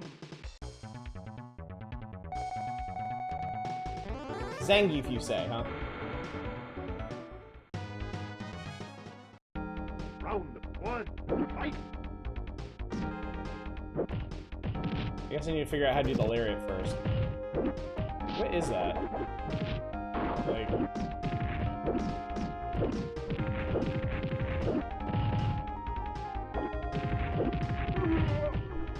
I get how to block that now, but it's so fast, it almost doesn't matter. What is his lariat? don't remember anything about Zangief. Fight!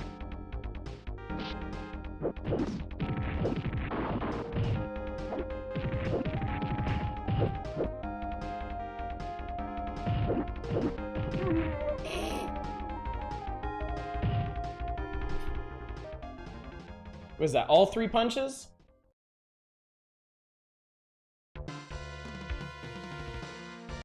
Ha ha ha! I forgot he does that. Ha ha ha ha ha! Round 1, fight!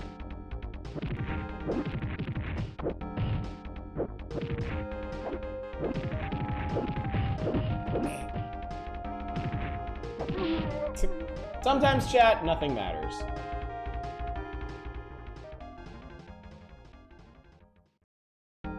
Round 2, fight! Oh, there it is.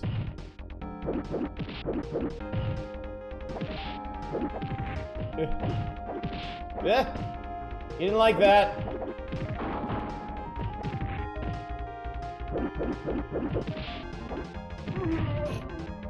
That's so hard to do on a Super Nintendo controller. You tried inserting more quarters in the NES, in the SNES.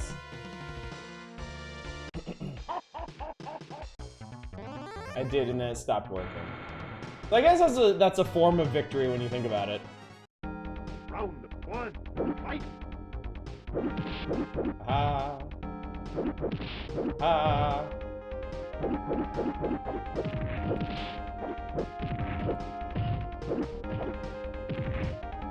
I don't think anything in the known universe beats that light jumping kick of his.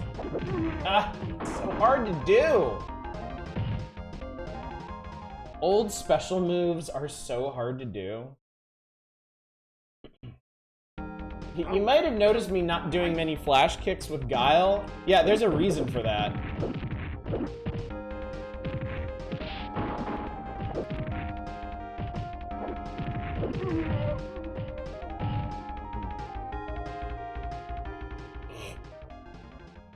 Okay, I think I'm good. I think Bison can live to terrorize people in later games. Ugh!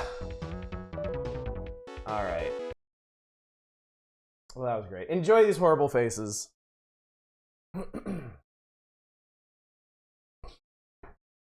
What a classic. What a classic indeed.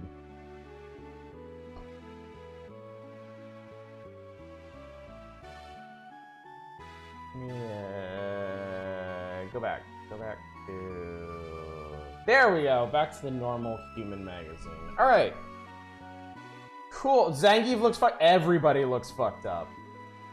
That's classic Street Fighter for you. Alright, so what else is in this issue? Oh, great. NCAA basketball. I always hated when Nintendo Power did features that looked like this. My eyes would just, like, slide right off of them. It's like one step up from charts. And you know how I feel about charts, chat. I would never suffer that. Help that poor man's neck. What's up, Bumfuzzle? It's 11/11/22. Skyrim came out exactly 11 years ago. Wow. Wow. And they've had almost that many versions of Skyrim since then. He has neck abs. This was one of your favorite basketball games? Actually, looking at these tiny postage stamp screenshots, I think this is the game they were talking about earlier in the magazine, with the unique perspective afforded by the Super Nintendo. But also, it's like they went out of their way to make this look as technical as possible, and thus uninteresting. Apparently there's a lot of coaching options, too. It's all mode 7. Alright, well, let's check it out, I guess. Let's see what we can do with this. That magazine says such garbage screenshots. Getting screenshots pre-internet was so difficult. Well, they had to literally take photographs of the screen. was one problem. But I also don't, like, beyond that, I don't understand why they use such tiny screenshots, too. Maybe in those in cases like this, maybe they thought the screenshots didn't really, like, make the game look that interesting or something. I already pushed the button. Shit.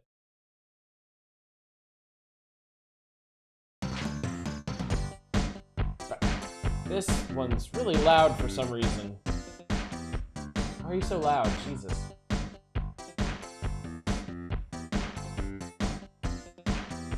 We're getting closer to NBA Jam. We are. We are indeed. This is actually a pretty neat opening screen. Pre-rendered like that. One player exhibition. Choose your conference and team. Oh, Jesus Christ. Alright.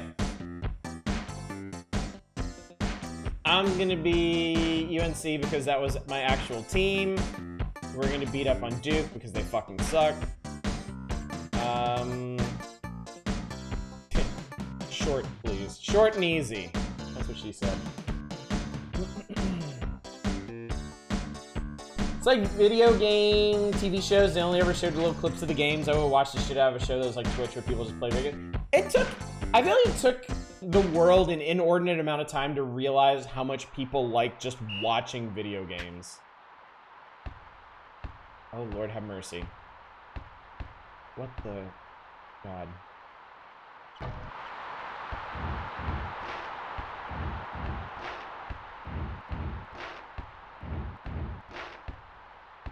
Rejected. Rejected! I didn't even... Okay, well, I found the shot button at least. What do these other buttons do? Okay. In the Final Fantasy VII message box dimension.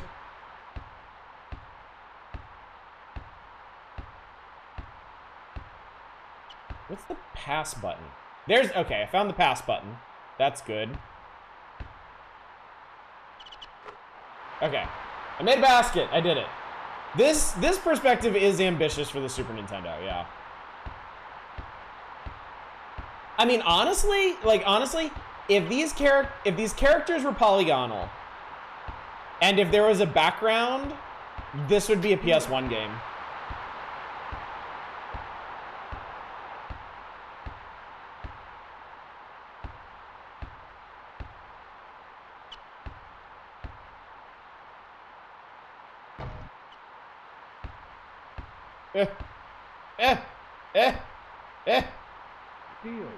Steal. Biggest downside is the background. Yeah, it does kind of suck that there's just no background at all. We're just playing in this weird blue void. Damn, that was a nice shot.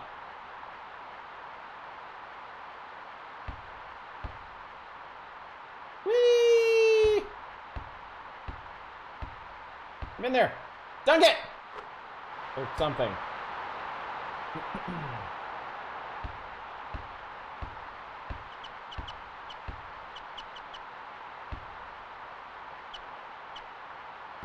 This is a really impressive looking game.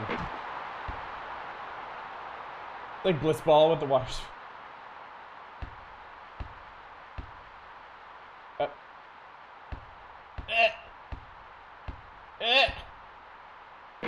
Boom! Where's the bird?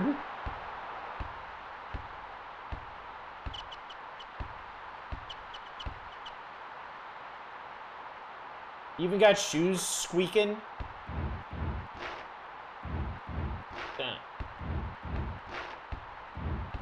Keep hearing a bird. Yeah, that's their shoes squeaking on the, Oh, shit. That was bad.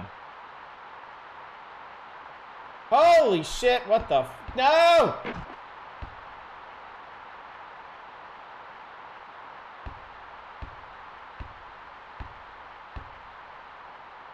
That was terrible. Foul by forward.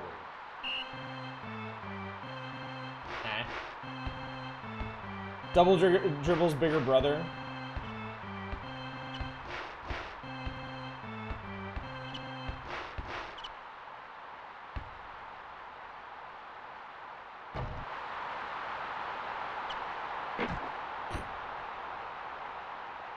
Maul Clark ball pop.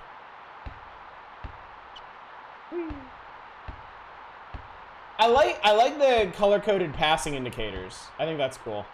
Whoa, dude, that was pretty wild.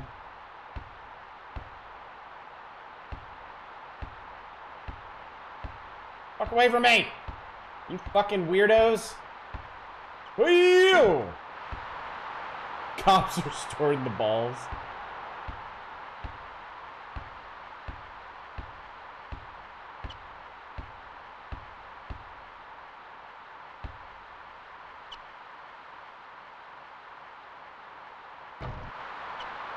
Yay! Pwah! Ah, damn it! Oh god! Oh god! Oh god! Oh god! Oh god! All right, that's fine.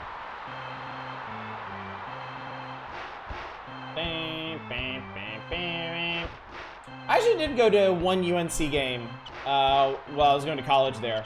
It was really fun. Beat the shit out of Kentucky. Rather play Arch Rivals? I mean, Arch Rivals is special. It's hard to compare anything to Arch Rivals. Can't believe that worked.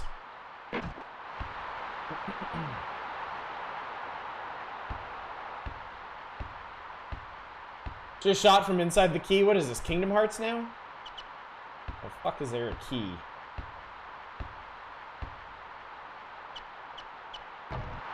Get it! Get it? Somebody on my team. Okay, or don't, you know, it's cool. Whatever.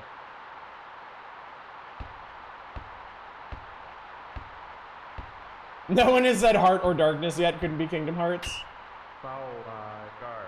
Yeah, eat shit. You fuckhead.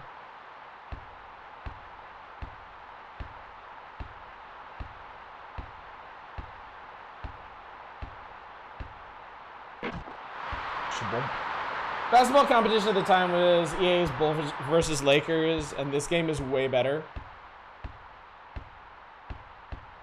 This is honestly pretty neat. I actually enjoy this.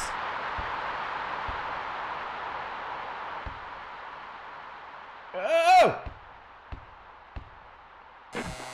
Boom!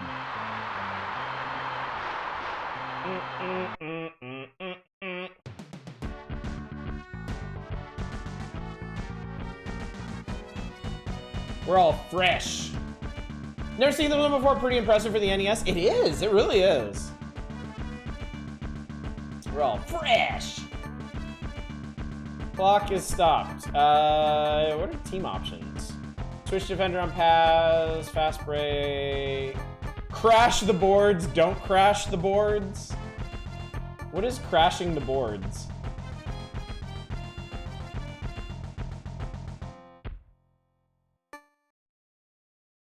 Chat, what's crashing the boards? Is that dunking so hard that the backboard explodes? Scoot the burbs. We finished losing to Bison. Yes, we hit a critical mass of losing. We decided to move on and lose at basketball. I don't know what it is, but we're gonna do it. Back to the game.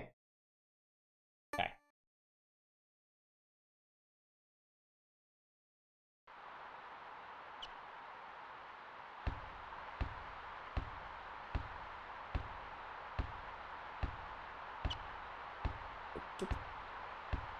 Get out of my way. You piece of shit. Aha. Crash the boards means come in close and go for the rebound. Oh, good. I think that's a good thing. I think that's what they should do. The way the characters and animations are, though, it does make it a little hard to tell what's going on when there's a ton of dudes all like mushed up together like that. Let's keep dunking on him. Fuck it. Fuck it. Just dunk on him.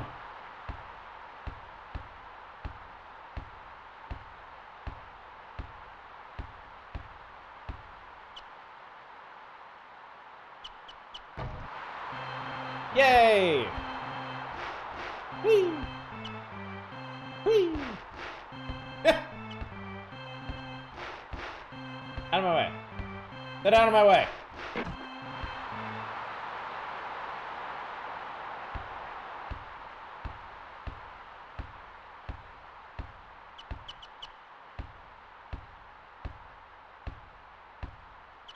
Okay, so those buttons change people. Is there like a...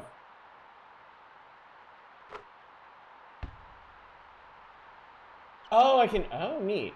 It seems like you can issue like different... You can call for like different plays.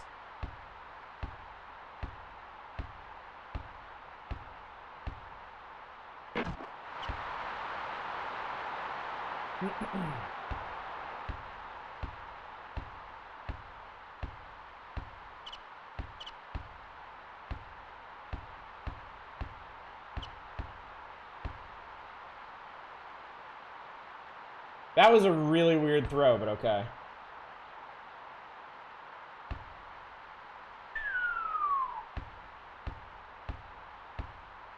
Quasha! Dunk, dunk, dunk, dunk, dunk!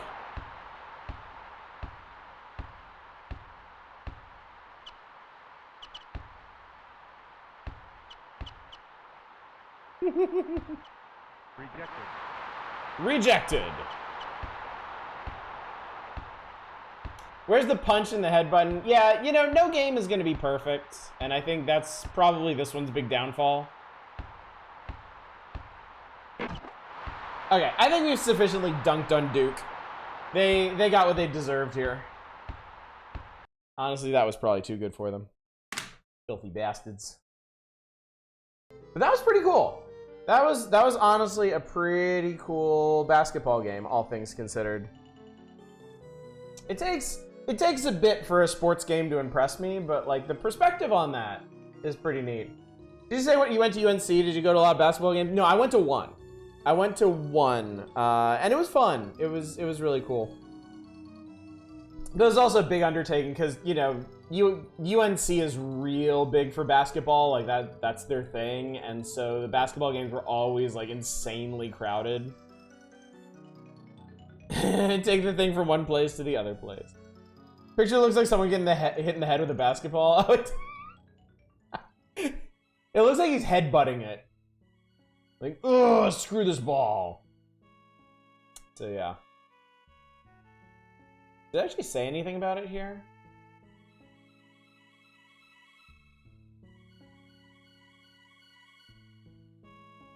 Traditionally, the ACC is one of the hottest conferences in the nation. At the top of the heap, the Duke Blue Devils are just as awesome in video game form as they are in life. Somebody paid them to write this. Cavaliers of Virginia and both the Tar Heels and Wolfpack from North Carolina play a tough game. Georgia Tech, Maryland, Clemson, Wake Forest round out the ACC. Muscles are also on the wrong sides of his arms. All in all, a weird picture. Yeah. Oh my god. Okay, now here's a rare instance of a players poll contest that I would have loved to have won. In fact, I might have sent in for this one. I only got to play the Super Mario Brothers pinball table a couple times because they didn't have it at my arcade. So I would only ever get to play it at like when we went on vacation somewhere. But it was sweet. It was really cool. Players poll contests with pinball or arcade cabs are always hyped. Definitely, yeah. Do you have video games? Have people seen House of the Gun Dead yet? I saw a photo of the first cabinets they produced. It's pretty cool concept. Mondo Mega Bumpers. Frenzied fin flipping and Mondo Mega Bumpers. Full tilt fun. It definitely wasn't my favorite pinball table. My favorite pinball table of all time was the Twilight Zone. Like, I loved that table to death. And I was pretty okay at it too. I learned all the funky tricks on that table in my local arcade, but I think it was a real pain to maintain. Because after the first couple months, I think they took the power balls out of it. If you've never played the Twilight Zone pinball machine, you know pinballs are solid metal balls, right? Twilight Zone had what were called power balls, which were white plastic balls. And they flew around that table at fucking Mach speed. They were virtually impossible to manage, but whenever the Powerball came up, it put like a huge point multiplier on everything on the table. And you could get a special multi-ball version with the Powerball included, which was like super turbo complex and chaotic. But yeah, I think after the first couple months they took the Powerball out because it was causing all kinds of problems for the machine.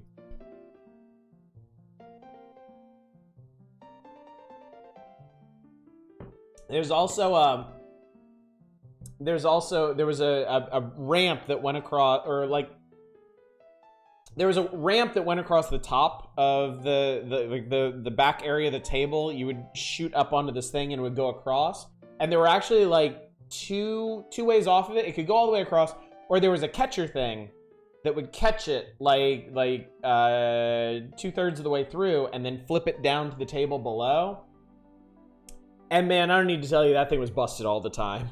Where like the ball would hit it, but it wouldn't go into it. And then when it would flip, it would just launch the ball off in a weird direction. And I think one time it got like half stuck in there. And when it tried to flip it, it like bounced it into somewhere in the back of the table that was off the play area. And it was just like, okay, it's over. So I went and told the guy that ran the arcade and just fucked off and did other things. So. I don't know if he was just really bad at maintaining that table, or if Twilight Zone tables were like notoriously hard to maintain. But I loved it. I loved it all the same. My second favorite was the Addams Family. The Addams Family had a really, really, really cool table.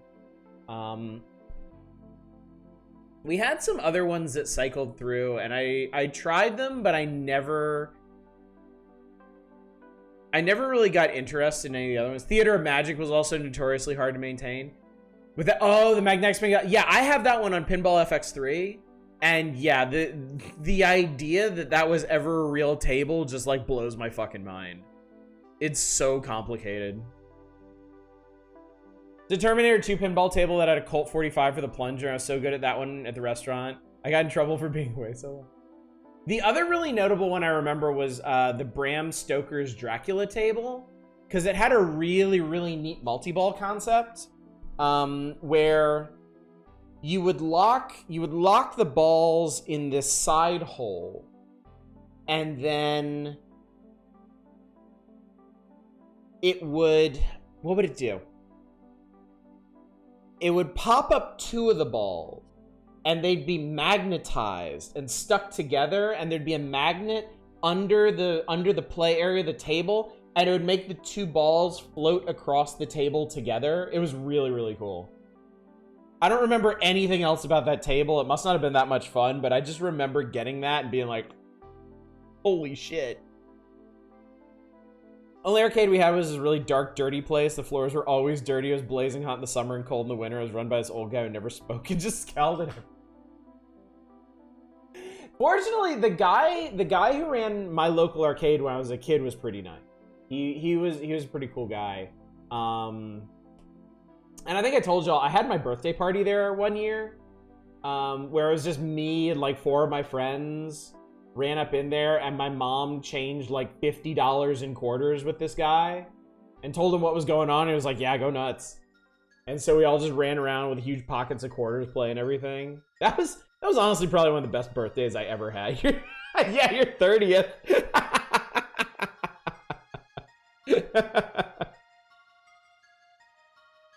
Lock the balls in the side hole. Didn't expect bedroom tips.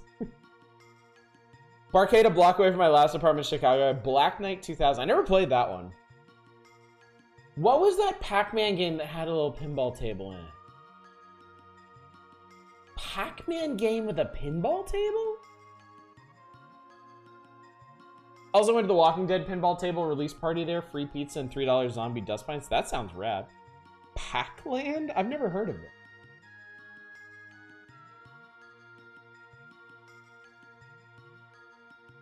Pac-Man Jr.? Really?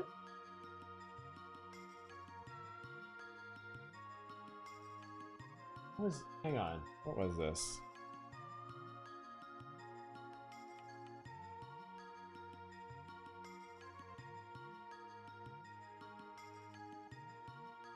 Here it is.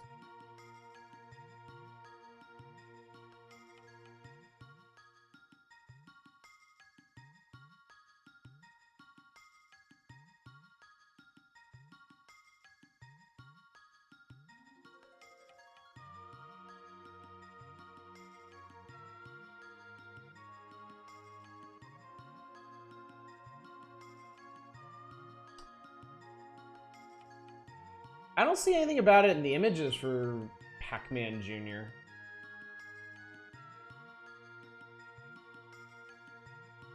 Baby Pac-Man? There's a baby. God damn it.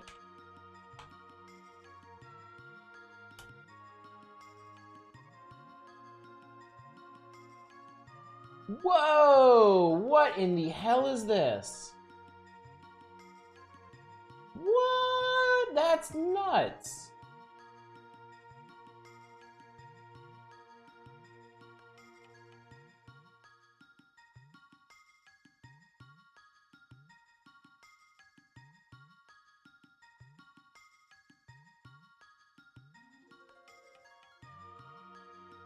Oh my god, that's crazy. You could actually move from the maze to the table?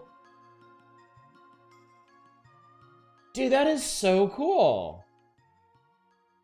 Due to the pinball portion being hard to replicate on home consoles and the many current issues regarding Bally Midway copyrights, no official ports of Baby Pac-Man have ever been released. That's funny. I had no idea. That's super cool. That is super damn cool. Kids Pac-Man fucks. Pac-Man does not fuck when he's eating enough dots. His mouth opens very wide. He splits in two. Yeah, what a neat concept. Like, insanely overcomplicated for an arcade game, but still, I mean, that's the kind of stuff that gets attention. I can't believe I never saw one of those. Damn, Namco refusing to acknowledge Miss Pac-Man is taking the series in an interesting direction. We probably don't need to explore the possibility of how the mechanics of Pac people fucking. So maybe we should just move on, chat. Let's just move on. Oh, good, it's Nestor's Adventures. How exciting! It's for Dragon Strike. He's buying a used dragon. So this one, the only tip for the actual game is if we fly too low, we might crash into hills or trees. The views much nicer here. This was that D&D shmup game we played with the freewheeling dragons.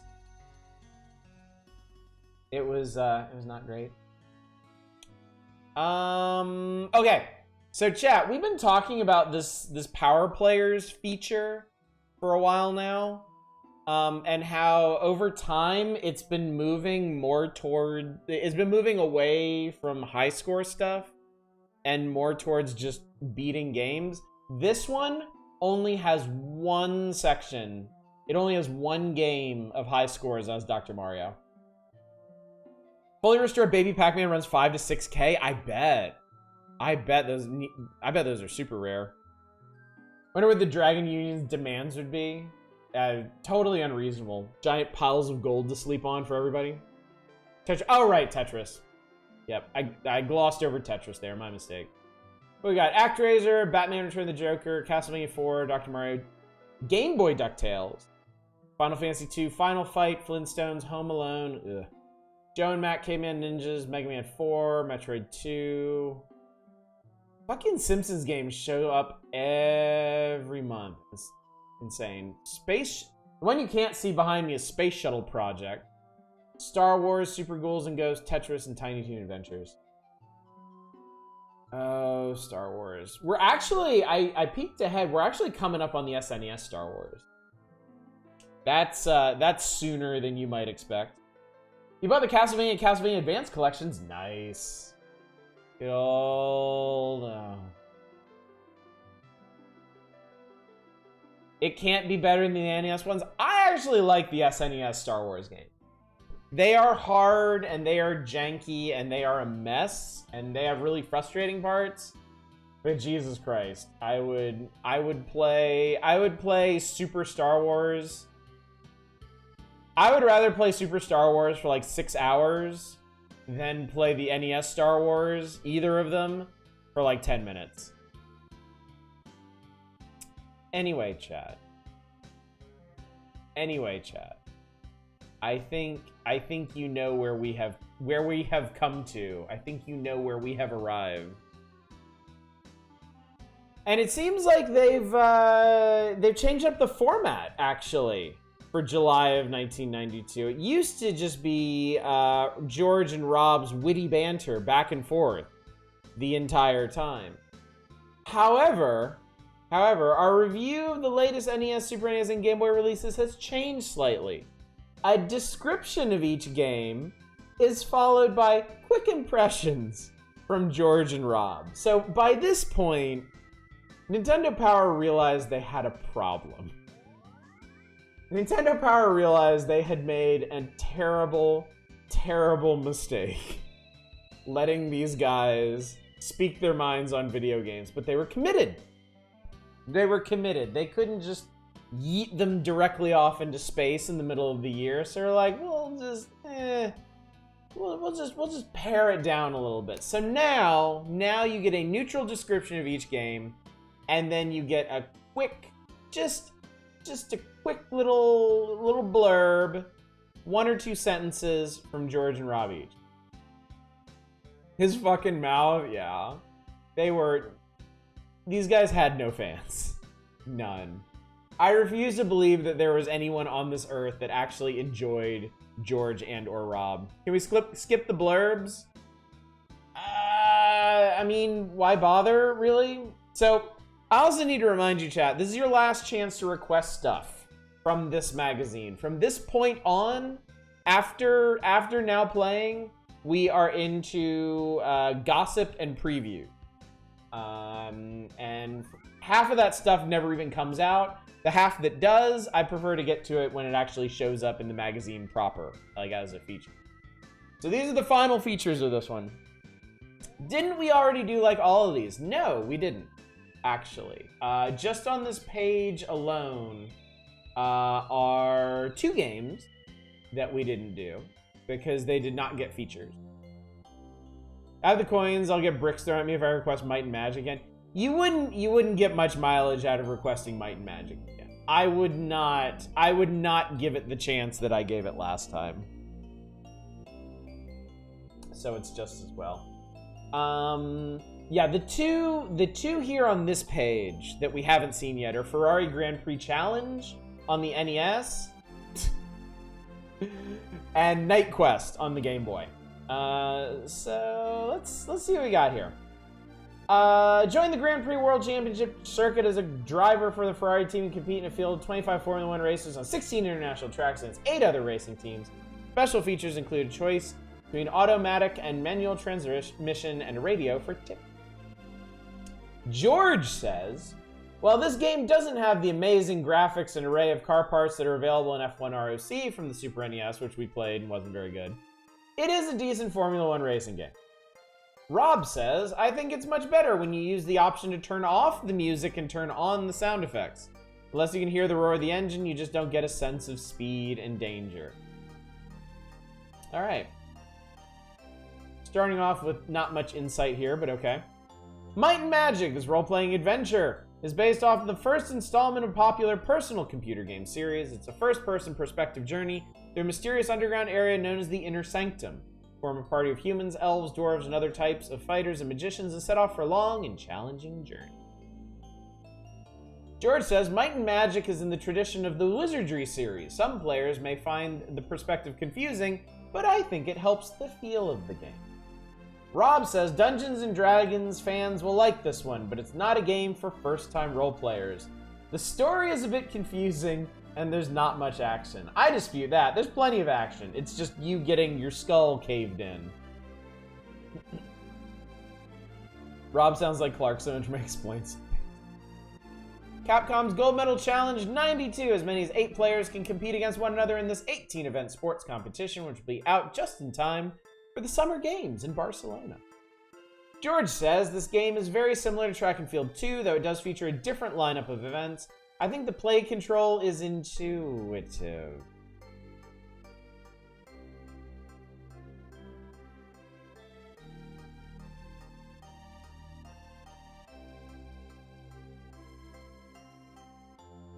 But the game may be too easy if you use a controller with a turbo function.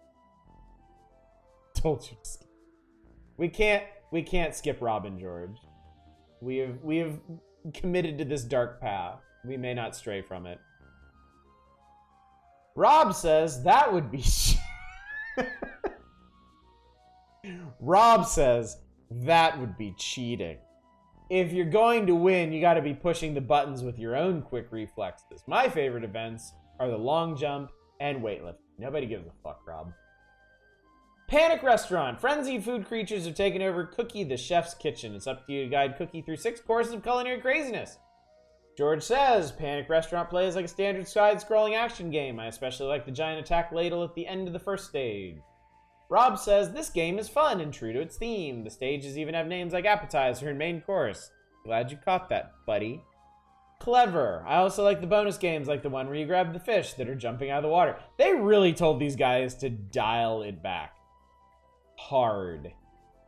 They are. It would be interesting to go back. Well, we should wait. We should wait until we hit December. But it'd be interesting to see what these dudes' writing styles are like at the end of this run compared to the beginning. Because at the beginning, oh my god. Yeah, these barely feel like takes, right? They're more factual than anything. Night Quest. Put yourself in the shoes of young Will, a teenager who dreams of becoming a knight and serving his kingdom. In order to prove himself worthy, Will sets off to rid the kingdom of a terrible menace, and he finds many adventures along the way. In typical role-playing fashion, the fighting scenes require more strategy than dexterity. You choose from 4 different fighting techniques and watch as Will carries them out. These screenshots are pretty nice, actually. They make it look interesting. So much as like advertisements. Put your shoes in young Will, a teenager. I like it still has the opinion disclaimer despite the lack of opinions. I think Nintendo Power editorial was scared at this point. They were like, we have severely fucked up. People hate these guys. People despise these guys from the very core of their beings. We're not taking any chances now. George says, in most role-playing games, the fighting scenes just happen without any warning. I like the fact that in this game, you can see the enemies approaching and that you can avoid fighting them if you're low on energy. Rob says, that is a good feature. It puts you in control of your own destiny a little more than you would be if the enemies just ambushed you every time. So they have an RPG here. Whole ass Game Boy RPG, right? And they're just like, both of them are like, it's cool that you see the fights coming. That's it. It seems like the editors said find one thing you like no matter fucking what and just say that. Yeah. Yeah. This sounds like Rob and George with guns to their heads. And you know what? I'm okay with that. Centipede. Like other early 80s arcade hits, Centipede has made its way to Game Boy. Multi-section creatures zigzag through a screen full of obstacles and crawl down to your level. It's up to you to knock out all the sections before they get too close. George says, I've liked all the arcade classic translations from Accolade so far, though the screen can get a little crowded and confusing on this one. Rob says, while it may not be as sophisticated as some newer games, it's still a fun diversion. That's not even a take. That's nothing. That's nothing.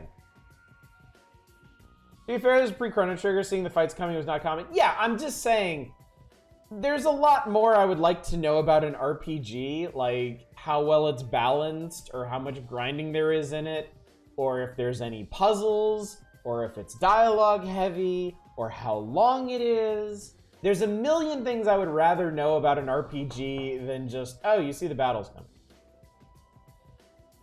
coming. I've liked all the classic arcade transitions so far. Please send help. They don't let me sleep. Oh, Shadows, are you reading ahead? Oh no. Oh no. Oh no. Jeep Jamboree! Drive over bumpy courses, big rocks, and roadblocks in a four-wheeler free-for-all for 1 or 2 players. A single player attempts to race out in front of a 20 Jeep pack while 2 players compete side by side on an otherwise empty course. George says the graphics are fun and fast-moving in this race, or it really feels like an off-road race. Rob says, I like the action and the feel of this game also. Since everything does move so quickly, though, sometimes you can run into an obstacle before you have a chance to react. That can be a little frustrating. That's almost approaching useful feedback. Almost. Because I had a huge problem with this one and how wide the obstacles were. And I feel like it would have made a lot more sense to focus on that. But, you know, stay positive, everybody. This is 2 pages of oatmeal. Chad, are you disappointed? Are you disappointed we're not getting the fire and brimstone that we used to get from classic George and Rob? Are we pining for the good old days of George and Rob? Toxic Crusaders, the war on polluters has begun. Evil Dr. Killamoff is aiming to mess up Traumaville with his band of radiation rangers. Your job to guide the Toxic Crusaders to Killamoff's lair and stop before he gets out of control. You guide Toxie, No Zone, Junkyard, Headbanger, and Major Disaster. Make their own efforts to defeat Killamoff with their own fighting technique. Yeah. George says, there are a lot of similarities to a TMNT game in the side scroll. I was kind of thinking that, actually. It reminded me a bit of the first TMNT game on Game Boy. Punish, how fucking dare you. Fuck you.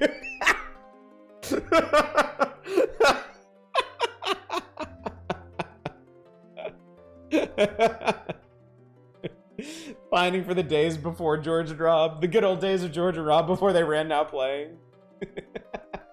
I just thought, how fucking dare you. You've got mutants, characters with different abilities and a lot of toxic waste. I think that it's great. I like this one too, and I'd say that the characters are more different from each other than the turtles are. The play control is also very intuitive. Okay. I feel like this one in particular, I think is bullshit. I feel like Rob and George just a few months ago would have ripped into this one. They would have been like, it's a Turtles game. Just play a Turtles game. It's clunky, it's slow, it's boring. There's nothing special about it. The theme is weird. The heroes are gross. I also like local sports team. Yeah, I think in one fell swoop with the turning of a single month, I think Rob and George have been completely neutered. I think they literally did that. I think they did. All right, Wave Race. Shadows has been building this one up. Pilot a personal watercraft through 16 worldwide water courses in this Game Boy Racer for up to 4 players. You'll start in you hit the platform, steer up it, whatever. The informative blurbs are kind of boring now. The gun theory seems canon. George says it's Super RC Pro-Am on the water. This game is a lot of fun, and you really do get a sense of racing on a water course. I especially like the way that your craft skids around corners. Rob says it's best if you've got a lot of players. When 4 friends are all challenging each other at once, the room is just charged with excitement. First of all, Rob has no friends, so he's obviously making this shit up. Second of all, oh my god. What the fuck? It's like it's happening in real time. It's like as we go through this feature, it's like their editor was like standing over them as they were writing these, and like they wrote their Ferrari Grand Prix Challenge ones, and they're like, you need to be more positive. You need to say something nicer about this. You can't, no criticizing. And don't talk about cheating. What the fuck is wrong with you? You can't say this isn't as sophisticated as the old ones. Talk about the multiplayer. I know you didn't play it. Just talk about it.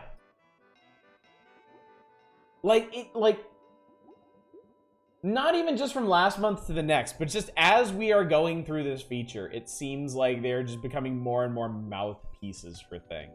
Oh shit, here's some stuff we didn't play. Old man Nintendo is shaking his head behind them. Rival Turf, Super Battle Tank War in the Gulf. I think we've done Spanky's Quest. Thunder Spirits. These three definitely we've never seen.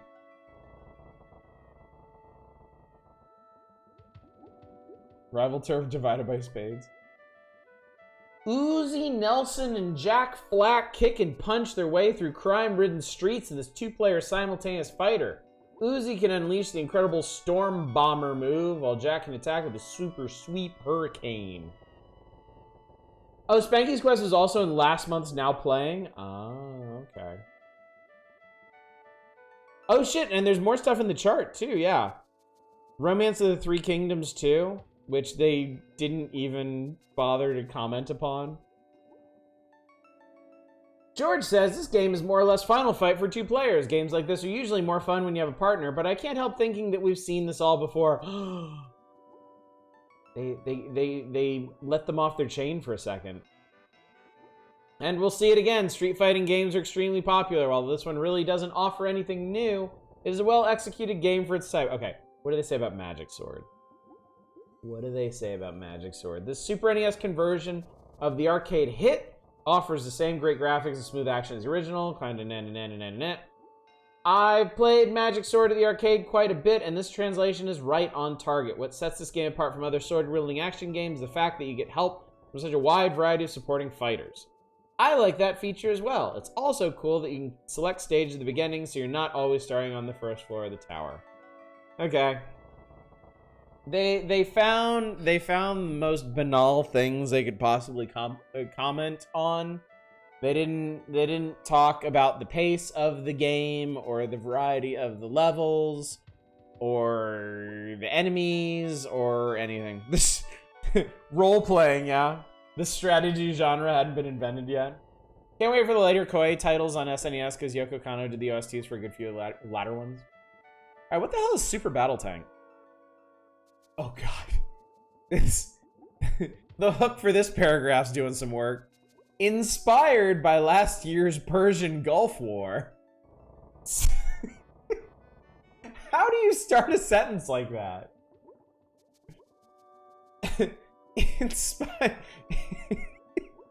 Inspired by Russia's invasion of the Ukraine. The dialogue sounds like a kid holding 2 Robin George dolls and RPing them. You need to press start to see that stuff. Inspired by last year's Persian Gulf War, Super Battle Tank War in the Gulf is a tank combat simulation that takes place in Kuwait and Iraq. Your job as tank commander to carry out various ground war activities like blasting other tanks, taking out missile launchers, and navigating through minefields. Immediate vibes as this is to the SNES what COD is to modern games. George says, I like the combat scenes in this game, the realistic graphics. I'd hoped there would be more strategy than just locating enemies and firing away. Rob says, there really isn't that much strategy in the game, but I think that it does get a little more complicated and involved as you progress through the mission. At least, I assume it is, because they don't let me play video games anymore. Fan-made Rob and George dolls sound more dire to me. Hey kids, remember last year when a crazy dictator killed a bunch of people? Video game! That's really fucked up.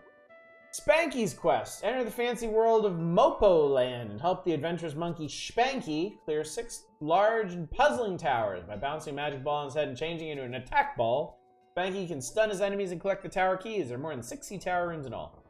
George says, Spanky's Quest for the Super NES is very much like its Game Boy predecessor, only with more detailed graphics and different level designs. Pretty elementary game. I can see maybe a younger brother or sister liking it. Rob says, I do like the detail of the backgrounds. The play control is very responsive, but it's not a game I'd play for hours.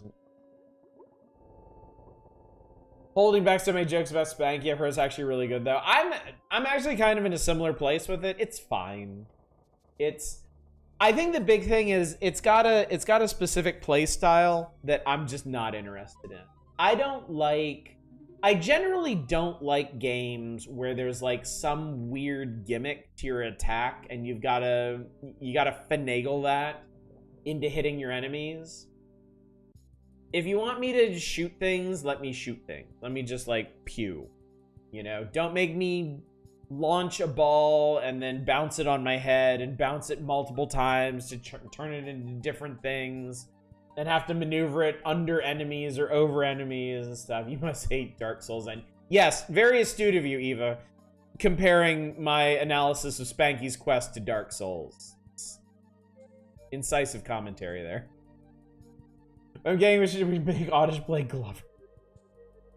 You wouldn't be the first one to say that, Shadow. Thunder Spirits, tune up your Vrax fighter for an 8-stage battle beyond the stars. A deadly biocomputer is wreaking havoc on 4 alien worlds. As a pilot of a super-equipped space cruiser, you have the power to fly down to the surface of planets, blast the evil robots that have taken over, and work your way to the computer core. George says the game is a lot like the Super NES space shooters that preceded it, like Super EDF, Gradius 3, and Darius Twin. It would take a real fan of this type of game to want more than 1 or 2 games of this type.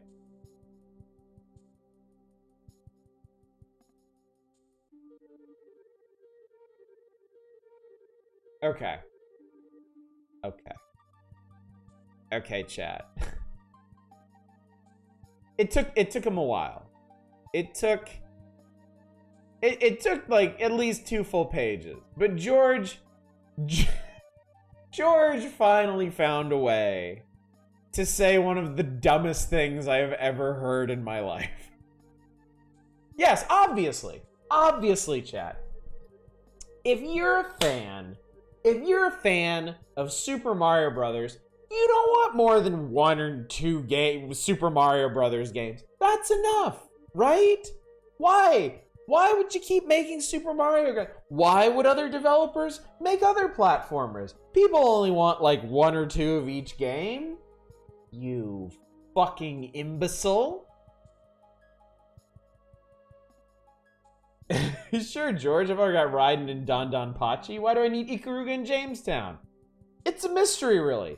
Why didn't people just stop making video games back in the 90s?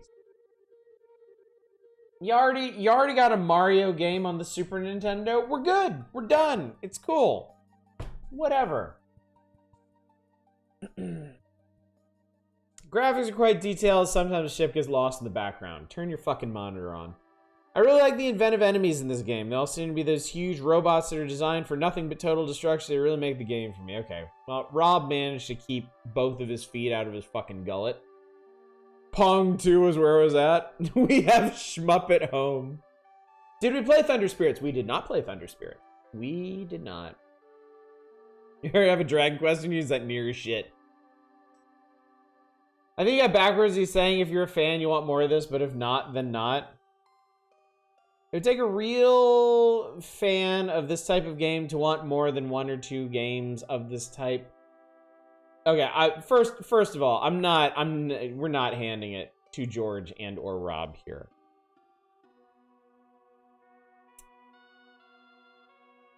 I would disagree with that. I would disagree even with that understanding of the statement. You don't have to be like a Super Mario Brothers super fan to want more than 1 or 2 Mario games, okay?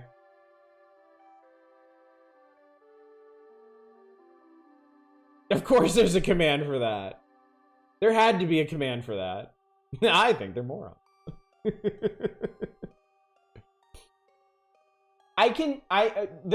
The only thing I can grant you, I can see his thought process. I can see what he's trying to say. It's still dumb and wrong and bad. But I think I can kind of get the logic here.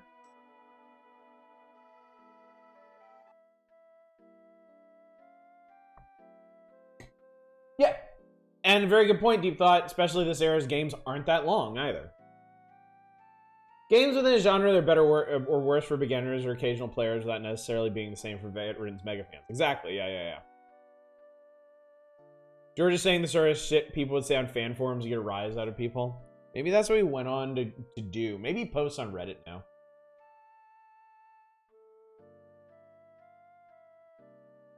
Yeah. Even the most charitable interpretation of it is basically saying nothing. Exactly, Manic. Anyway, NCAA basketball. Since there are a few minor changes being made to this groundbreaking basketball game, this release has been moved to early fall. It should be... Oh, interesting.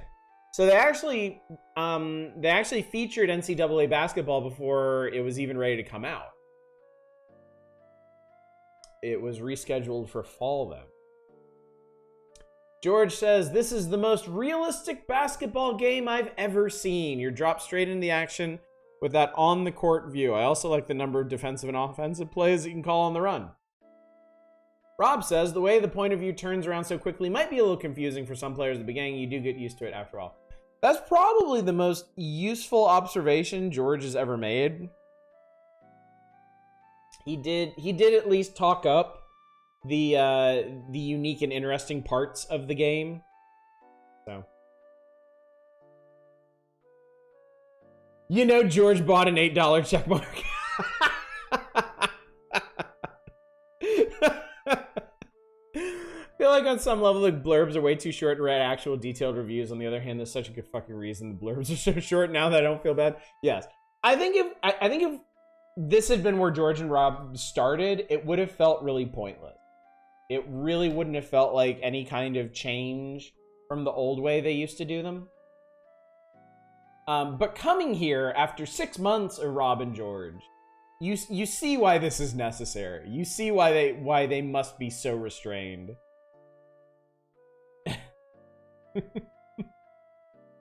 Wow, I was just reintroduced to my own chat room. Thanks, Twitch. Now the point is to get them to shut the fuck up. Exactly. All right. Oh, what did they say about Street Fighter 2? The hottest arcade game around has been faithfully reproduced for the Super NES conversion. 1 or 2 players can participate in a one-on-one battle. It takes place in 12 locations worldwide. You can choose to control one of 8 incredible fighters, each with his or her own special moves. George says, this is just like having the arcade game at home. The fighters are big, the action is fast, the special moves are incredible. Rob says, I'd have to agree with you. This game is a must-have for Super NES players who like action and competition. Wonder if George or Rob wrote those blurbs. I doubt it. I doubt it. It's not similar. They're not similar in any way to the way they've talked before. There's probably an actual editor with some skill and or talent.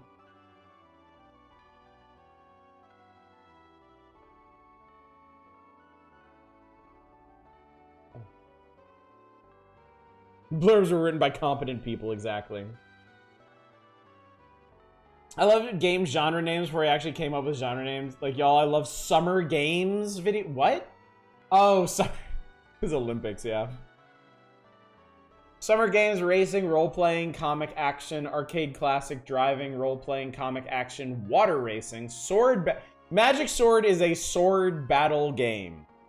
Basketball, street fighting, role-playing, puzzle action, street fighting, combat simulation, and sci-fi action. Just publicity blurbs they got alongside review copies. That would make sense, too, if they just came from the publishers or whatever. All right, chat. Last chance to request anything from this issue. We got Capcom's Gold Medal Challenge 92, Ferrari Grand Prix Challenge, Might and Magic and Panic Restaurant on NES. We have Centipede, Jeep Jamboree, Night Quest, Toxic Crusaders, and Wave Race on Game Boy. We got Magic Sword, NCAA Basketball, Rival Turf, Romance of the Three Kingdoms 2, Spanky's Quest, Street Fighter 2, Super Battle Tank, War in the Gulf, and Thunder Spirits on Super Nintendo.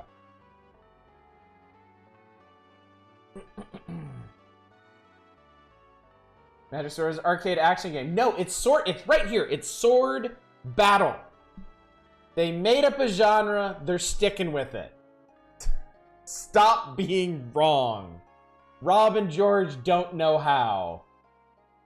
Imagine an alternate timeline where sword battle became a mega hit genre. That would be pretty rad, honestly. What if we were playing like Magic Sword 12 these days? And like a spin-off RPG Magic Sword series. Sword Battle RPG. Can my gender be renamed to Sword Battle? It might actually be weirdly accurate. Battle Tank, let's commit atrocities. Summer Games actually would have been a pretty good genre too.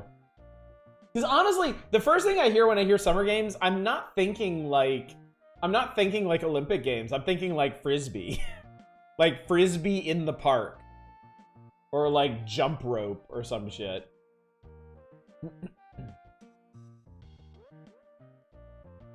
Then like flying dragons combat style with swords could be a good sword battle game. Yeah, definitely. Definitely. All right, chat. Let's start working through these. Let's make this happen. What do we got? What do we got on the docket? I am seeing Wave Race, Night Quest on Game Boy, Panic Restaurant again on NES, and then Rival Turf and Thunder Spirits on the SNES. Let's go ahead and do the SNES stuff since that one's already hooked up. And I believe I will start with Rival Turf.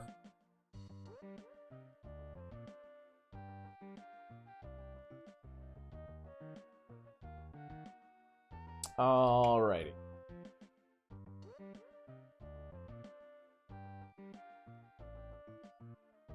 I think Elden Ring is the updated Magic Sword.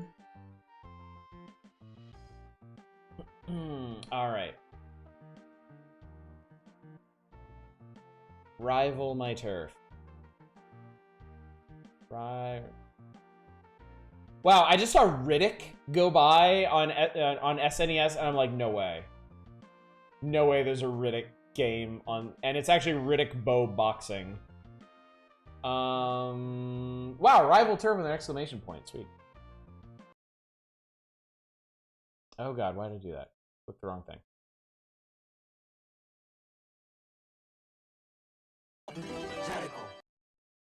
Jesus, okay. Jellicle! Ours' Rival Turf has been voted twice. Can I change mine to Battle Tank for... Sure, yeah, why not? I'll spot you a Battle Tank.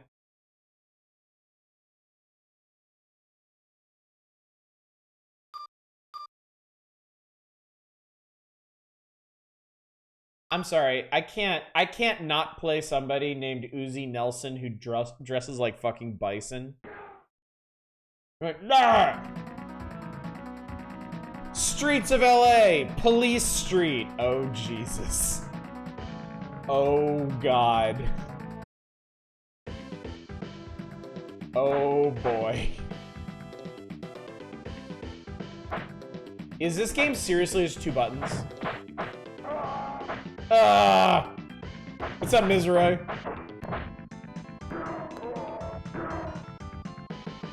I think this is 2 buttons.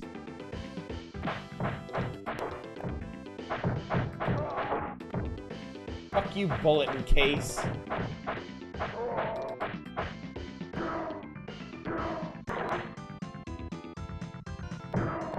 What is wrong with this dude? He looks like a goddamn skeleton. Oh god!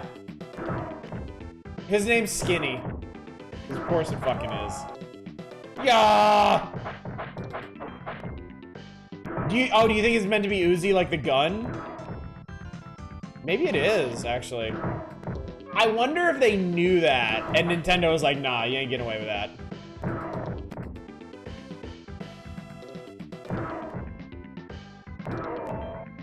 No! No! No! No!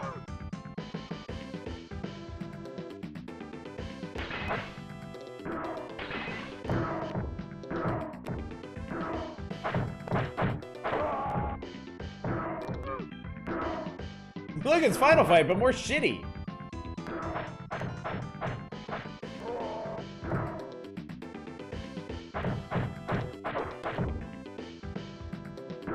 Rival Turf has the most 90s box art. So happy that Jellico still exists. Fuck you, trash can. Oh, you're full of pop. It's here, the national edition of the City Times. The most nothing statement ever made. That wasn't from Robin George. This is Warrior!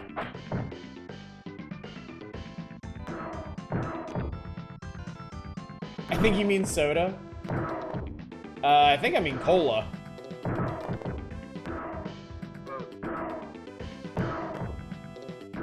Streets of crap. Ah, he wombo comboed me. You piece of shit. No, fuck. Oh god. This game is so confused. I love it.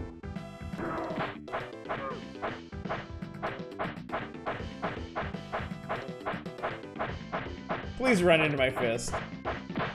He did.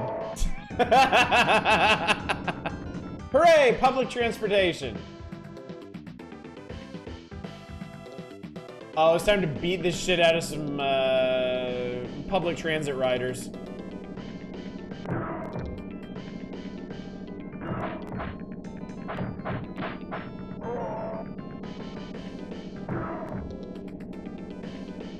This just looks like the most mid-brawler ever. Yeah, I cannot disagree. Oh, that was pretty sweet. I don't know how I did it. I wish I could do it again.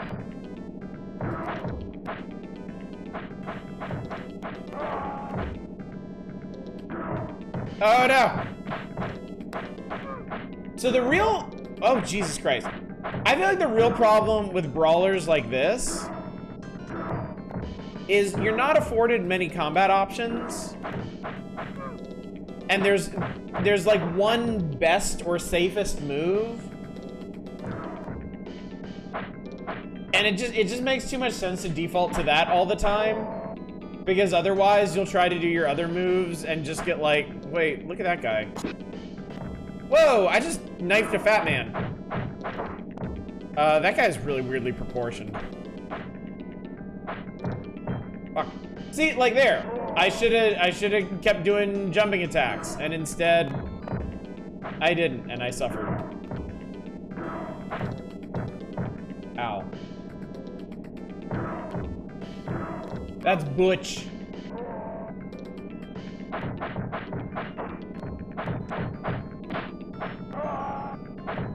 Games crawls so the .emu could run today.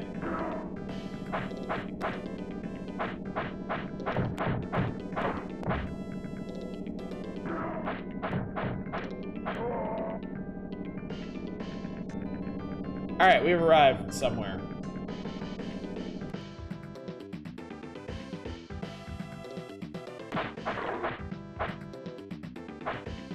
I didn't get to see what I picked up. Enemies don't dramatically fly back when they die, they just abruptly fall.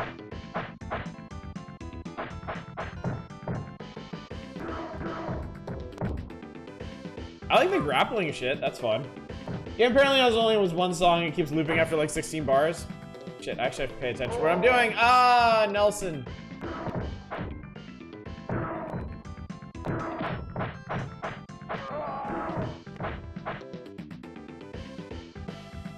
For level 1, this is pretty long. For a brawler, it is, yeah. Because look up in the top left, there's like a little face. That's like how many dudes I've killed. Above that, each of those 10s is 10. So I've killed 31 people just in the first level. 32.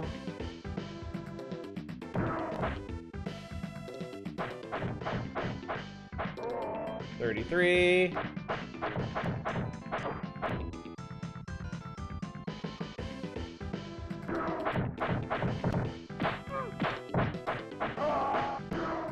Fuck you, Skinny! You piece of shit, no! Character's name is a pun on Uzi and Ozzie Nelson, the 50s actor? Oh, really?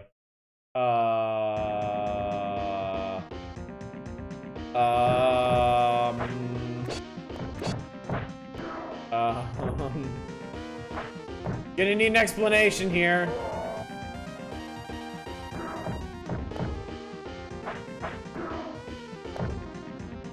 Yeah, why are we fighting Sinbad? I think that's an excellent question. Also, this is a really shitty boss. He is way the fuck too fast. His name's Genie. Jesus Christ, man.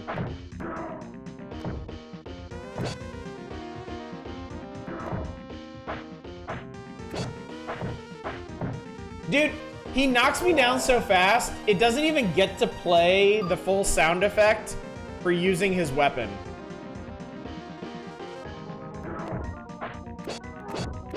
My grapples do a ton of damage, and that's nice. Stage 1 clear, yay! Alright, we went from Police Street to City Stadium. Stage 2 is LA City Stadium.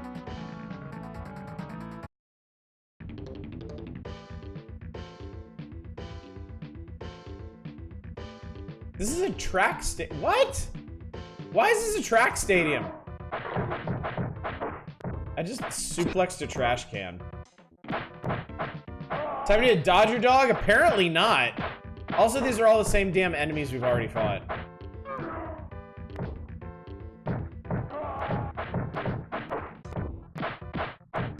Dynamite, Jesus Christ. Okay, here's a new guy.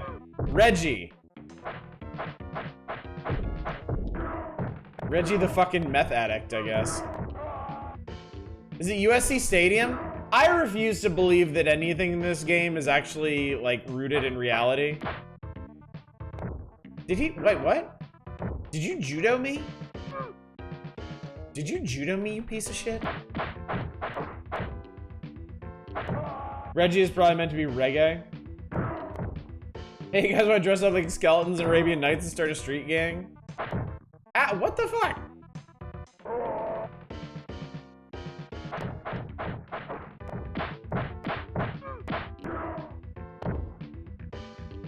Whoever said this was a nothing beat 'em up had it.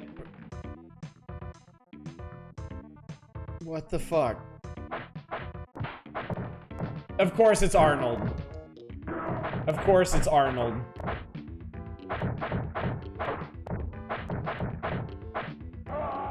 How could it not be?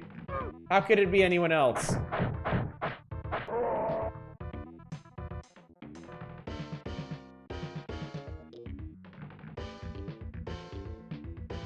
Alright, made it to the locker room. Seriously? They're just hiding in the lockers now? Amazing. Well played, sir. Stop punching me.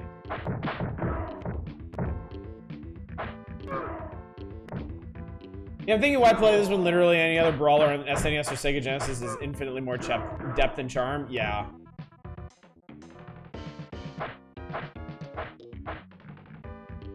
See if we can find some steroids. See, I don't want to keep jump attacking dudes, but like, these skinnies are real fuckers, you know? Game be Dead by Daylight by a good 30 years, so ahead of its time with the locker tech.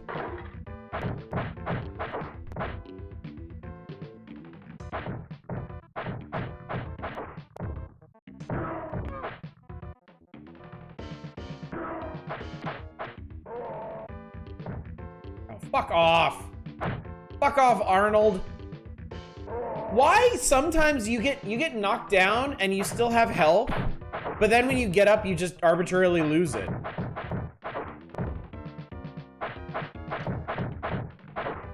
Legend on SNES is better than this, and Legend's pretty bad. Arnold doesn't fucking do anything. Fucking skinny assholes.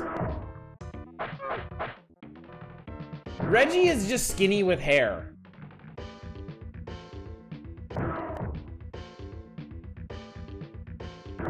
Poison damage. To be fair, I have days like that. See, if I try to just go punch this guy, he's gonna kick me. Like, what an asshole. Let me do something other than jump attacks. They're so boring. Arnold doesn't do anything. Ah, it's the governor version. Okay, so it happens to enemies too. Hate how the HP bar does functionally nothing for some enemies. Yeah, that's not great either. Okay, so we went all the way to the stadium just so we could go to the... Hello. Ooh, chicken.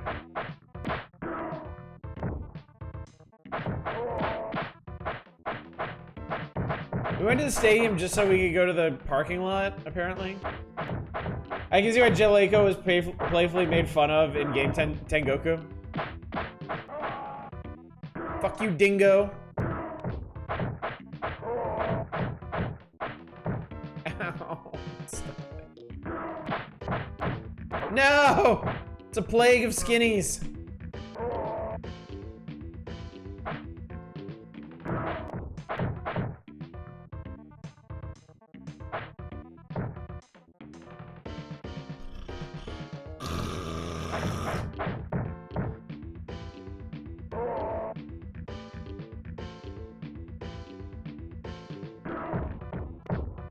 Jaleka released some good stuff, and 90% of the time they just shovelware.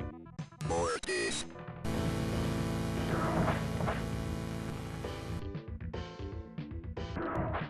This game is good, actually, blue check mark. Why? No! Dude, they do so much to your health. Skinny decides to kick you, you lose like 60% of your health. And then that judo dickhead throws you and you lose the rest.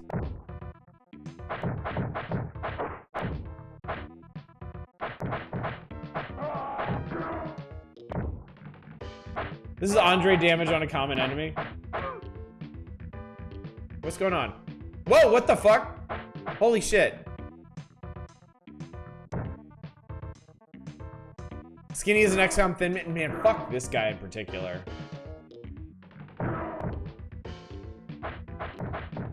Dude!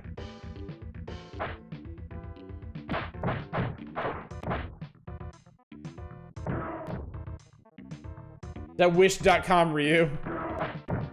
Oh my god, fuck off. God.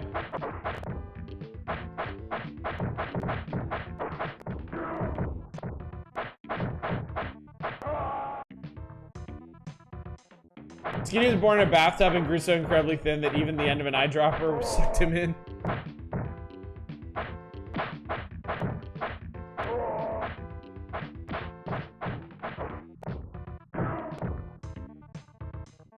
Really, they did a port on Famicom of Wonder Boy and Monster Land called Sayuki World to spawn its own unique sequel called Wampum. Oh, I've heard of Wampum. Fuck you! He didn't even finish his kick combo and it did 60%. God, this is so lame. This sucks so bad.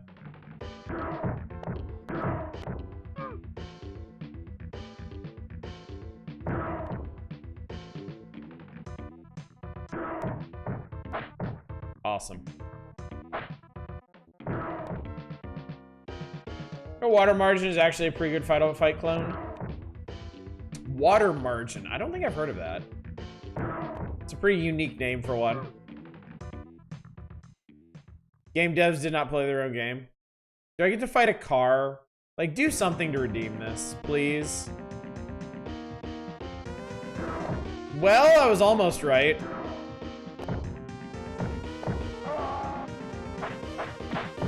We're fighting some dude with headphones named Sledge.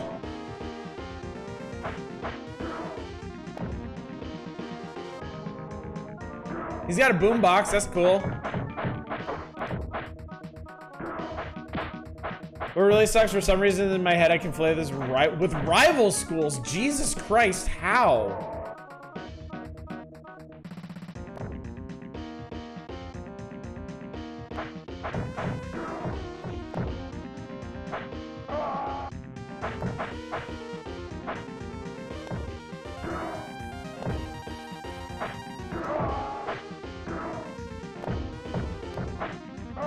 Everyone eat shit.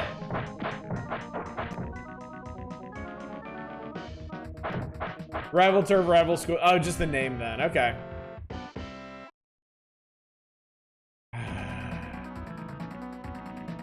Stage 3. Things are looking up. What? What? Is this the last stage? Because there's also not anything else on the map after this. Oh my god, there's a tall man hiding in that barrel.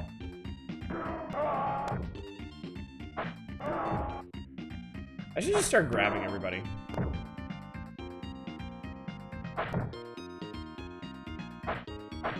Fuck off!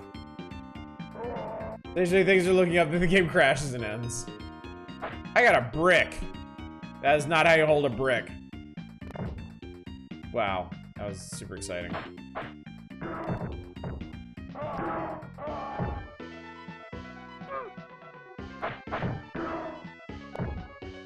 And that's how Oddish wound up in jail. You were dead! Your health bar was empty!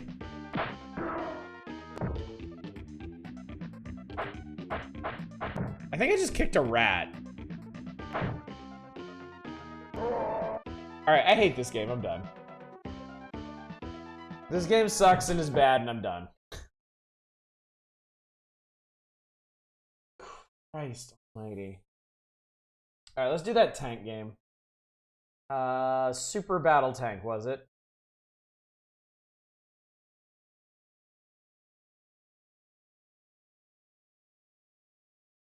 Oh, the game's over. Things were looking up. To be fair, beat 'em ups aren't really your genre. It's true. It's true. I am probably pickier about beat 'em ups than I am any other genre.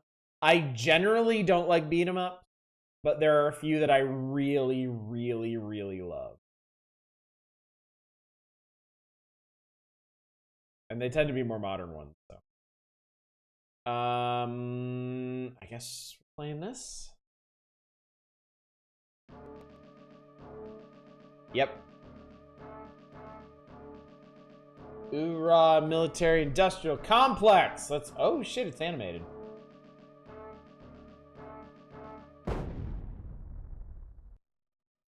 I'm sorry, it's Gary Kitchen's Super Battle Tank War in the Gulf. Me, I love beat 'em ups, and Rival Turf looks aggressively mediocre as best. And vouch for your opinion on that. The game did shoot us in the face. Who the fuck is Gary Kitchen? I don't know when he made this. Additional design by Dan Kitchen.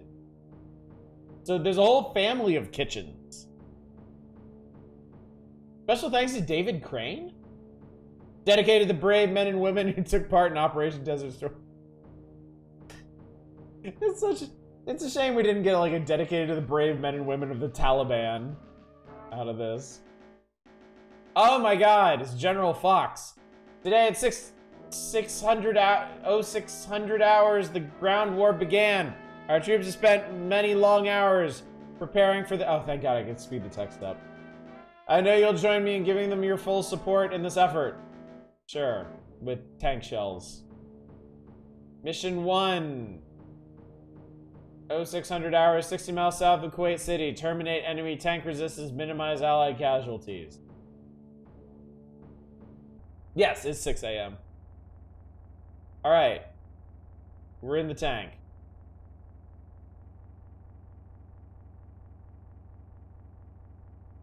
Oh boy. Oh boy. Oh boy. Noticing a distinct lack of anything? This is just Desert Bus. Oh, okay. I found the shoot button. Where was that map? Okay.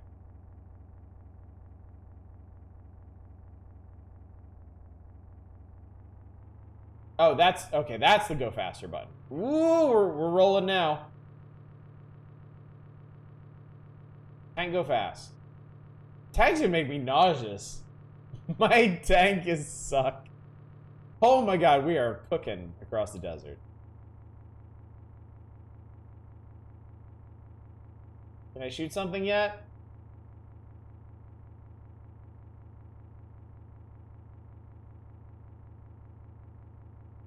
I guess you move a lot faster on the map.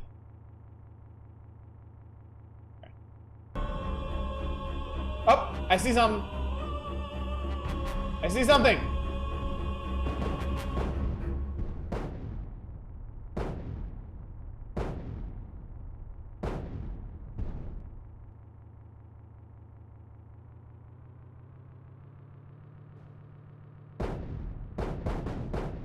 Okay. This is really stupid. This is really stupid. Takes 38 hours in real time of driving to reach the front lines. How the fuck did I end up all the way over here? What the shit? How and also why? And I think I'm also almost out of gas. I think that's that red light blinking down there.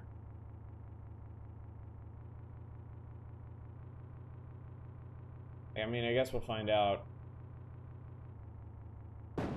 Tank!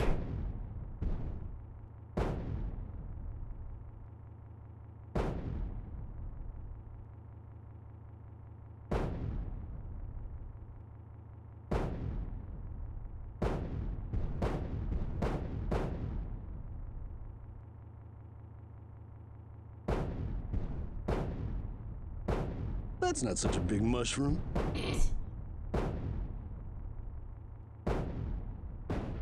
Okay, I blew up a tank. Amazing. Alright, we're going the wrong way. Bring us about. I can really feel this is dedicated to the brave men and women that tank shells fire slower than the brick from the previous game. Alright, that's also the wrong way. Low on fuel. Oh, great. Cool. I better hurry up and do this and also not run into a fucking minefield. I didn't know you're shooting the right guys. There's only the bad guys.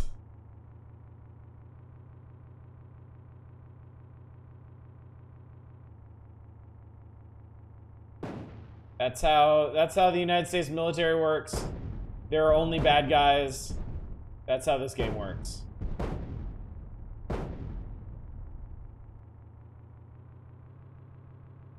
That guy fucking took off. He is out of here.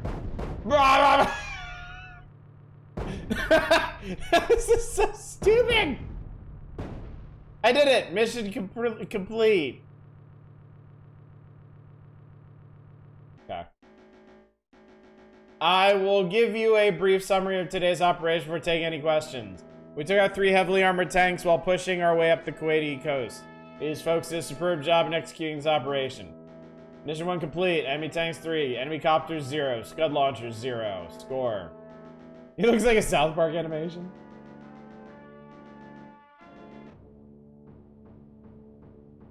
Mission 2. 1800 hours. 40 miles north of Asalman. Terminate enemy tank divisions. Destroy Scud launch. I'm not. Okay. Like Wing Commander is just really shit. Oh, shit. This one's at night. I just want Ace Combat, but tanks.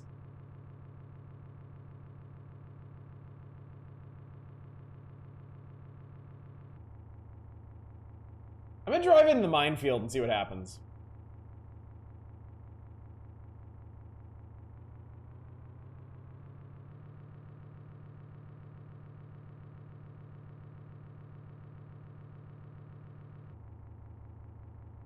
Mines detected. Full speed ahead. Oh, you can actually see them. You can actually see the mines on the ground. There's one. Up, Scud launcher. Okay, I did it. I blew it up. I like the text on the map that says yeah. Oddish yearns for death. Okay, we're good. We're good. So thanks, Gary Kitchen. Thanks. This is a video game that you made. Congratulations. All right. One more on the Super Nintendo. I learned Iraq wraps around it. Yeah. Iraq has screen wrap. Made things a little complicated on the ground at first, but our troops learned to adapt. Feel bad about asking about a dull-ass game. Don't. It's the only way we learn. It's the only way we recognize our mistakes. Thunder Dick. Here we go. Seika.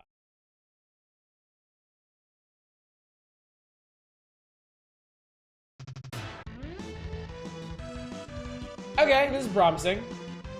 The hell is Spanky's quest? It's a monkey. You play with his balls. You know.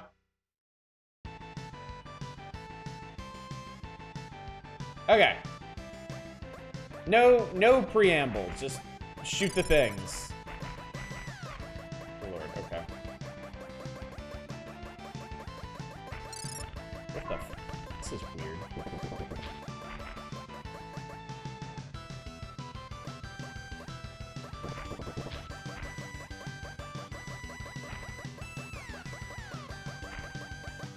This is a Thunder Force game. It's called Thunder Spirits, so I guess that stands to reason. This does play like a video game. It does, it's true.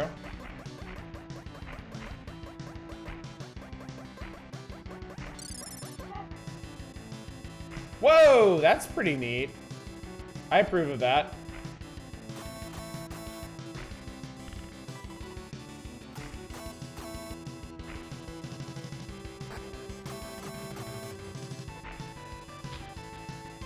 I did it.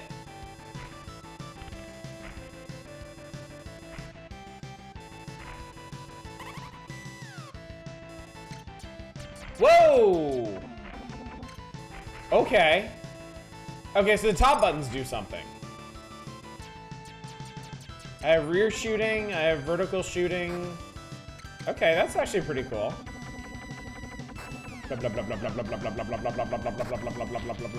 Oh, Jesus. Okay, I fucked that up. Oh, and then you lose those capabilities when you die. Okay.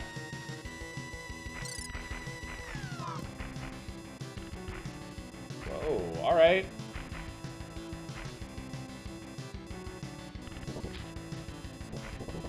Thunder Spirits is a modified Thunder Force 3. Thunder Force. Wonderful. Whoa! Was paying too much attention, chat. I'm getting shellacked.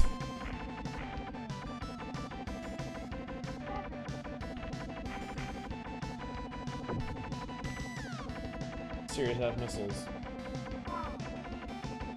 Jesus Christ, okay. Emergency!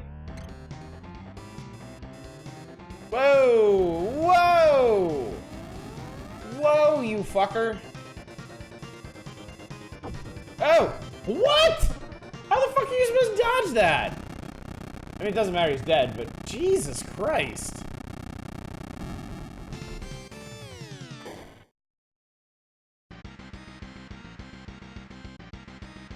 Oh my god. Okay. Ah! What the fuck?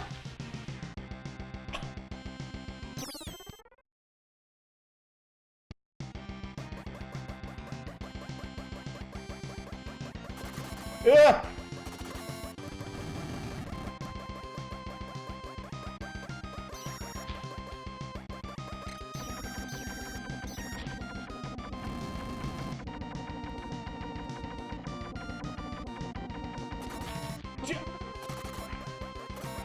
How are you supposed to respond to that?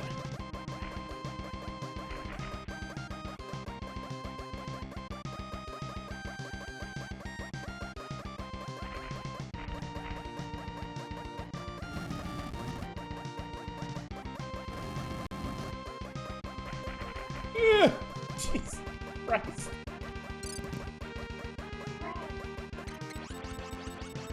Okay. Those things, oh my god, this is going really fast. This is not cool. It's kind of cool,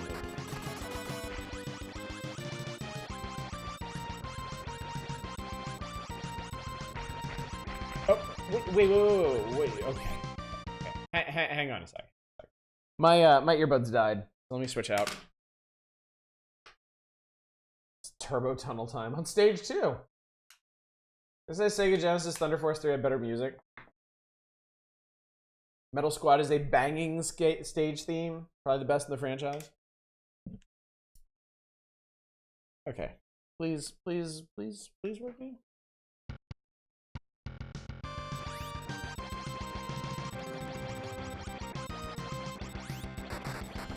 Thanks.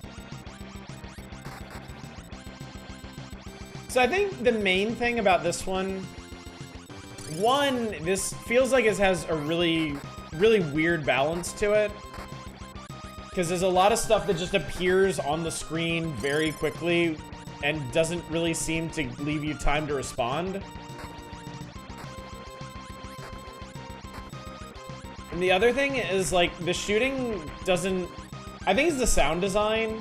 The shooting doesn't feel like it has, like, much impact to it.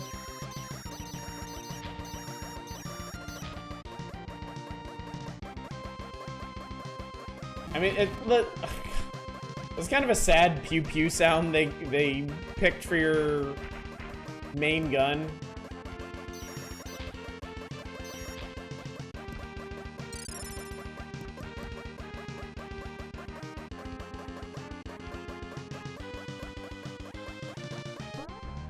I love our main character is the tiniest person in the world.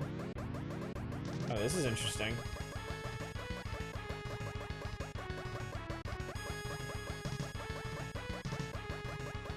Wait, how do you want me doing this?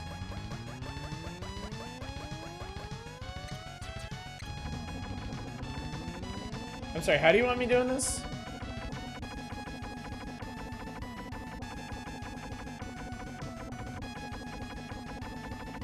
Okay, I need to hit the thing sticking out of the top.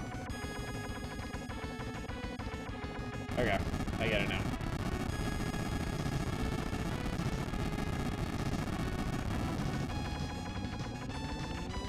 Also, why are impacts represented by ovals? I don't really get that. Cut out all the story bits of the stage intros where they show the weak points.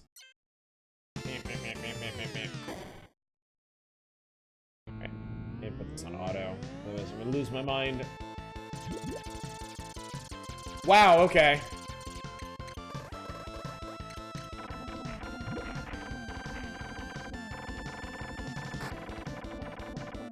Okay, so auto in this might be cheating.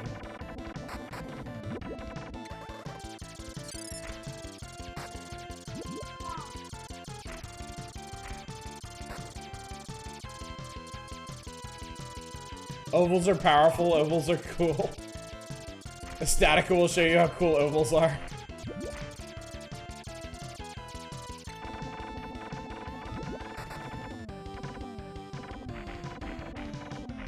The power of ass blasting.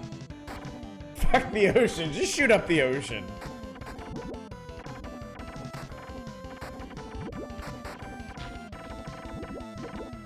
This feels very Darius to me.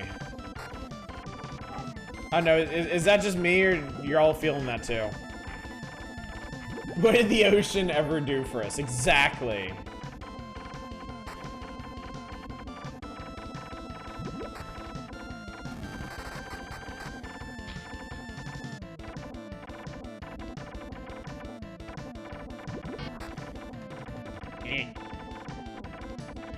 Whoa, it's a big, I don't know what that is. Any game where you fight fish is automatically Darius.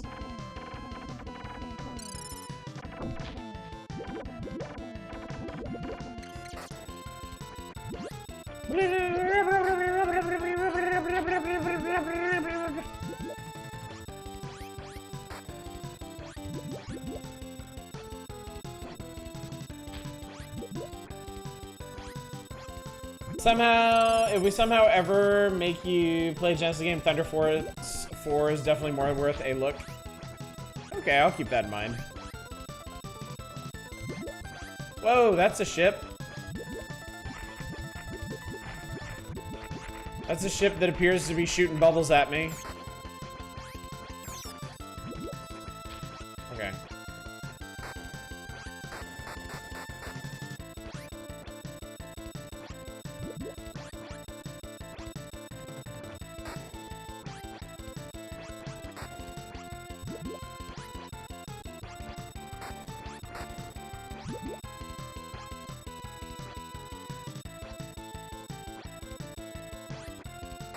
Become Death Destroyer of shit.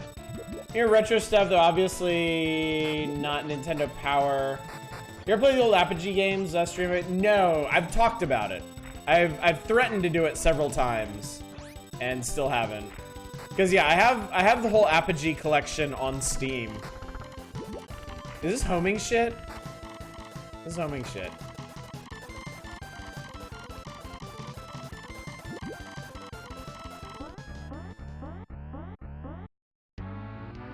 There is, or at least was, an Apogee collection. Actually, I think it's probably just better to do this.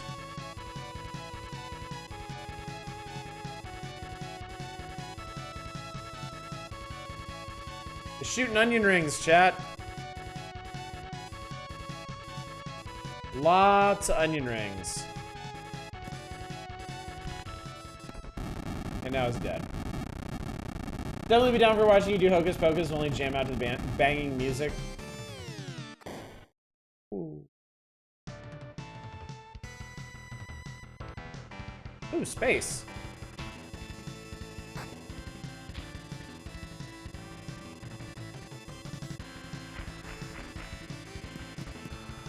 The Genesis version's music so much better. This does really feel like a Genesis game. I think it might be the color palette it uses.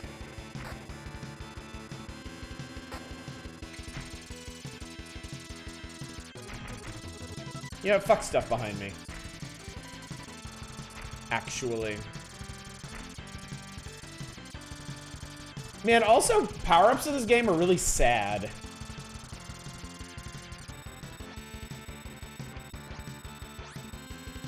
Because basically you pick up something once and that's it, you're done. Also the fact that it's bad. Take that, Genesis.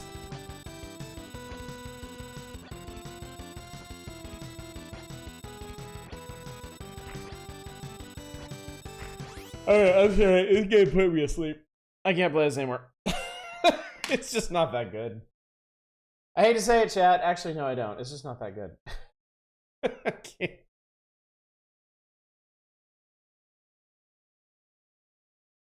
Okay. Well, then. I did that. I did that. I did that.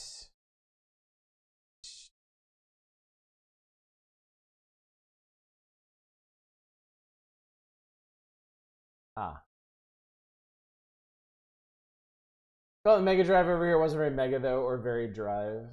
Let's knock these two Game Boy games out real quick. So I realize a good reason that people don't bring up the SNES getting a Thunder Force game. Not terribly notable.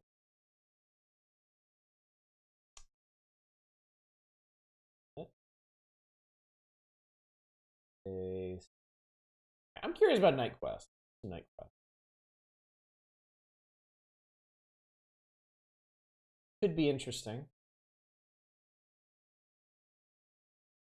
Or it could also put me to sleep. You never know, really. Night.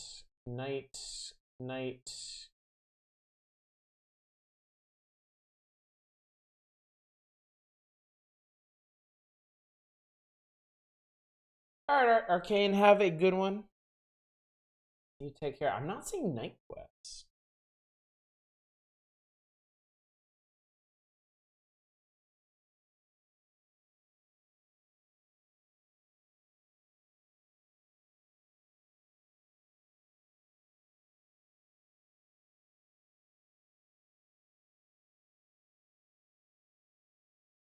Okay, I found it.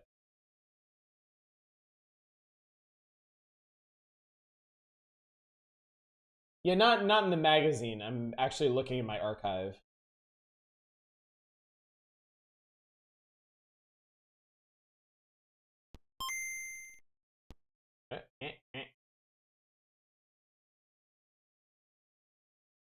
Found it.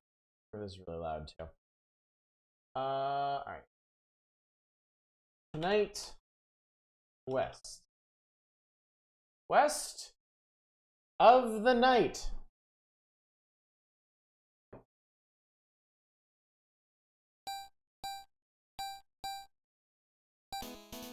Prologue. I left home when I was 14 years old, dreaming of becoming a knight. I decided to go and see the king on one of the festival days, which were held once a year.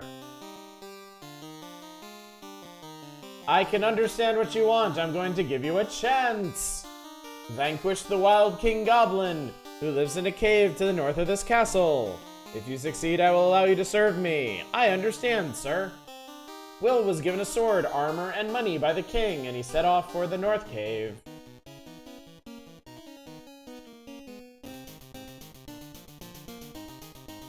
Okay. Well, we're here now. That's a map. Okay.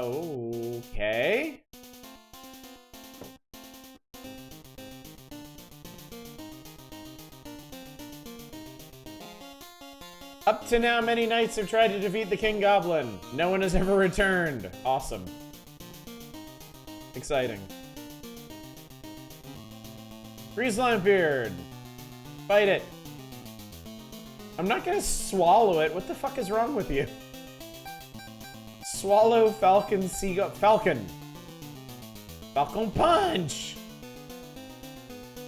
Will counts 5 points against Green Slime. Green Slime counts 2 points against Will. Let's Seagull it. Will counts 12 points against Green Slime. That's a big hit.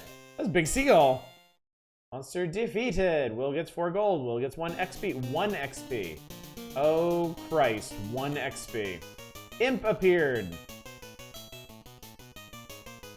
Eagle. Will counts 8 points against Imp. Imp attack.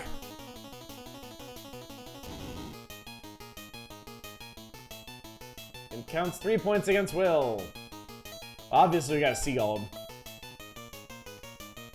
Whatcha? Did you miss? But no hit! Imp attack. Send some dumb 14-year-old out in the wild to swallow some slime. Do they mean deals? Yeah, they mean deals. Swallow. Wapa! 7 points against him. Boom. This is like some barcode boy shit. Will gets 4 gold. Oh wow, whole 2 experience. Hot diggity damn. What the fuck are you? Mush boy. Wow, he is horrifying. I'm gonna Seagull your ass. 6 points against Mush boy. Mush boy attack.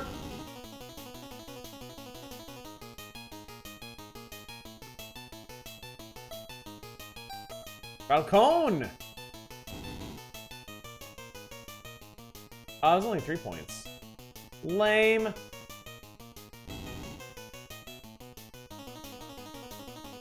He's outrunning us in damage, Will. It's not looking good. Holy shit! Oh, this is only 5 points, what the fuck?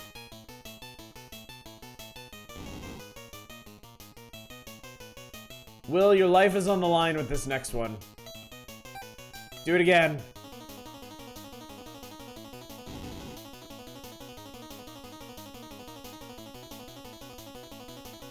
Will, no!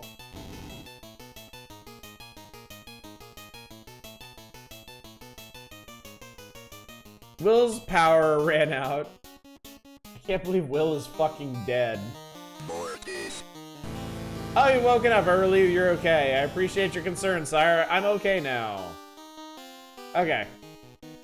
Try this horse shit again.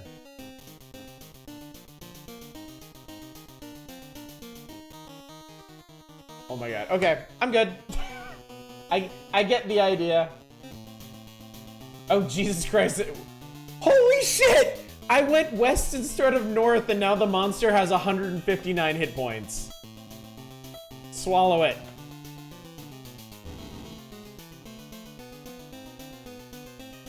Will counts 4 points against Terrorfly. Terrorfly attack. Terrorfly counts 12 points against. Yeah, that's in Final Fantasy 2, Joe. Yeah, okay, we're good. We're good. We're good. We're good. All right. There was another request for a Game Boy game, Wave Race. We're gonna do like a round of Wave Race real quick.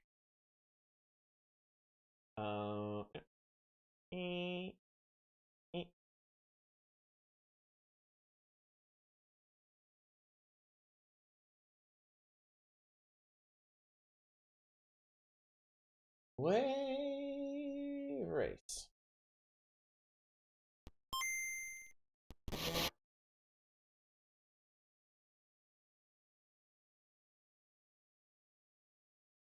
Not Wave Rave, Jesus Christ self. Wave Race.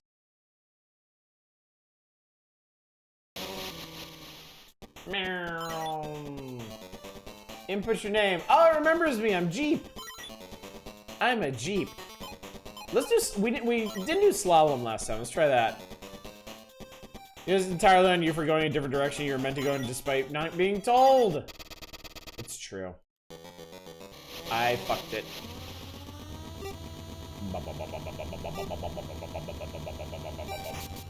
Oh wait, wrong.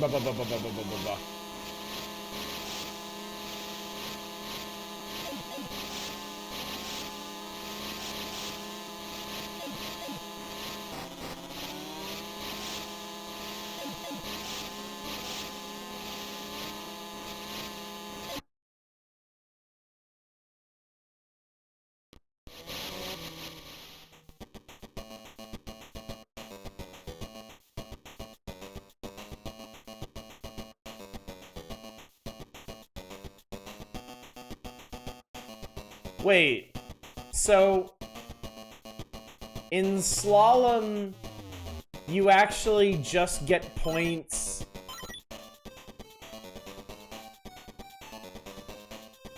So in slalom, you get points for going through the gates, but only one person can get the points for them, is what I'm hearing here.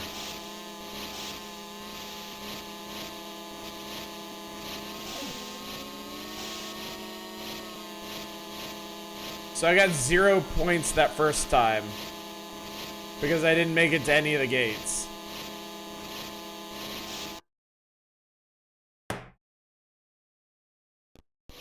Okay, this time I got 2 points. Cool. Yeah! Game Boy Master Chief is very proud of himself. You're doing well, champ! Remember Rob and George like this game has steering. The fuck is this? Oh, the sound. Oh, Christ. It's horrible. No, fuck you! No, that was mine! Eat shit!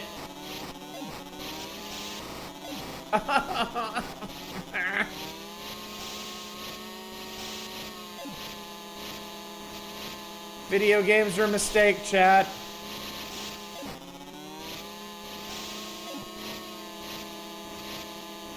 Oh my god, there's one guy that got around us and is just like hoovering up all the gates. What a piece of shit.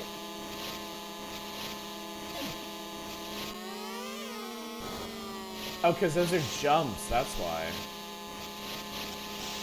No, no, no, no, no, no, no, no, no, no, no, no, no. Oh my god, okay. Oh my god.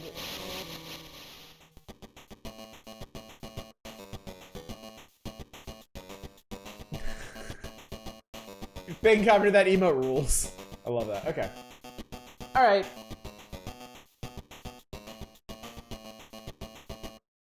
Okay, I'm done. No more wave race. That was video game. Okay, I had one more request for Panic Restaurant. I guess the requestee didn't get to see Panic Restaurant when we did it. So let's do that real quick.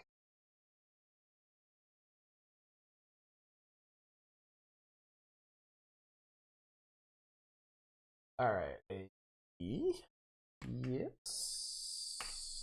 Yes. Yes. Imagine either being fun in MP or being painful, depending on how much point stealing happens. All the point stealing. You lose all the points. Good day, sir. It'd be a decently fun arcade cab that was one huge screen that shows the whole course. Oh yeah, like Super Off-Road. Yeah, that would actually probably be okay.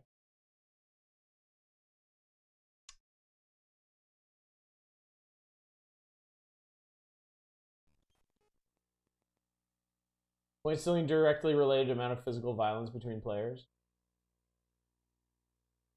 Okay, we'll do the first stage of this one because I need to wrap this up. It's getting late.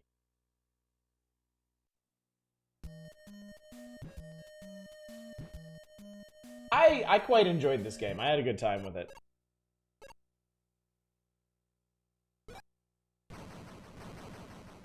Because I got to beat this shit out of this fuckhead Odove.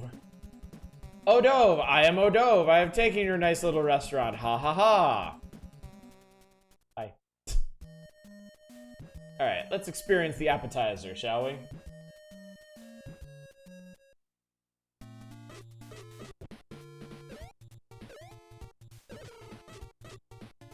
Color palette reminds you of CGA, just that shade of pink. Ah.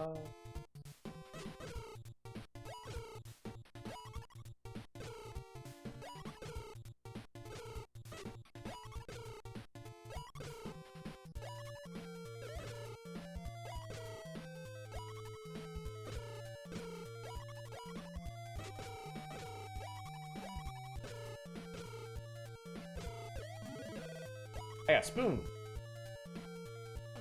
Pink and very cool blues. Slap that wiener around.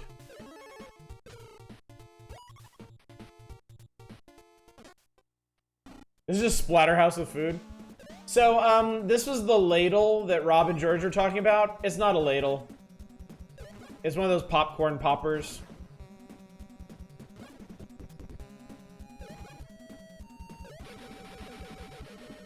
Once again, Rob and George, fucking idiots.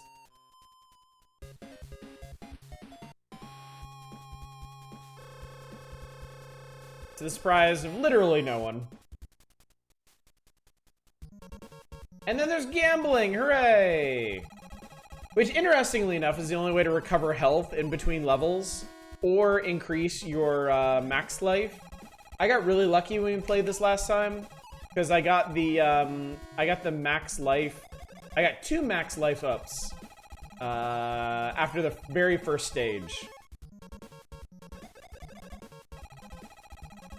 This is by the dude that made D? What? No. What? No. They had played it. They would have mentioned the gambling because Mario 2 had gambling.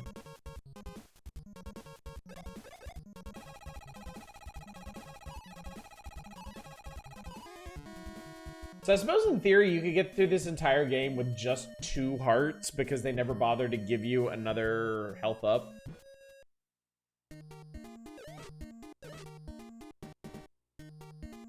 Kenji Ino was the designer?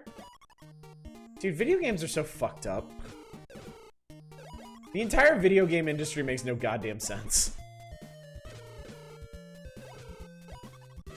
How does somebody go from this to D? Hang on, I'm gonna fall down here and die.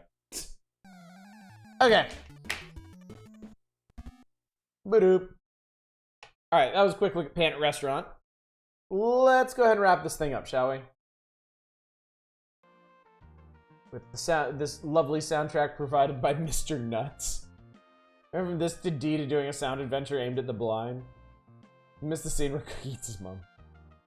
Alright, top 20. No surprises here. Super Mario Bros. 3, Battletoads for reasons. Mega Man 4, TMNT 3, and Legend of Zelda on NES. Super NES, Super Mario World, Legend of Zelda, WWF Super WrestleMania. We had a good time playing this. That makes sense. F-Zero, Castlevania 4, Game Boy is Super Mario Land, Metroid 2, Battletoads, Dr. Mario, and TMNT 2. That all fits, I suppose. Players' picks. I never look at this because who gives a shit. Wow, they profiled Tori Spelling in Nintendo Power. Did y'all ever watch Beverly Hills 90210? Because I didn't. Ever. How much did Battletoads pay for that spot? Battletoads was a bizarre phenomenon in the early 90s. Like, I can't believe how much people went in for that shit. Surprised there wasn't a part of Panic Restaurant where he shits on Nintendo like he said.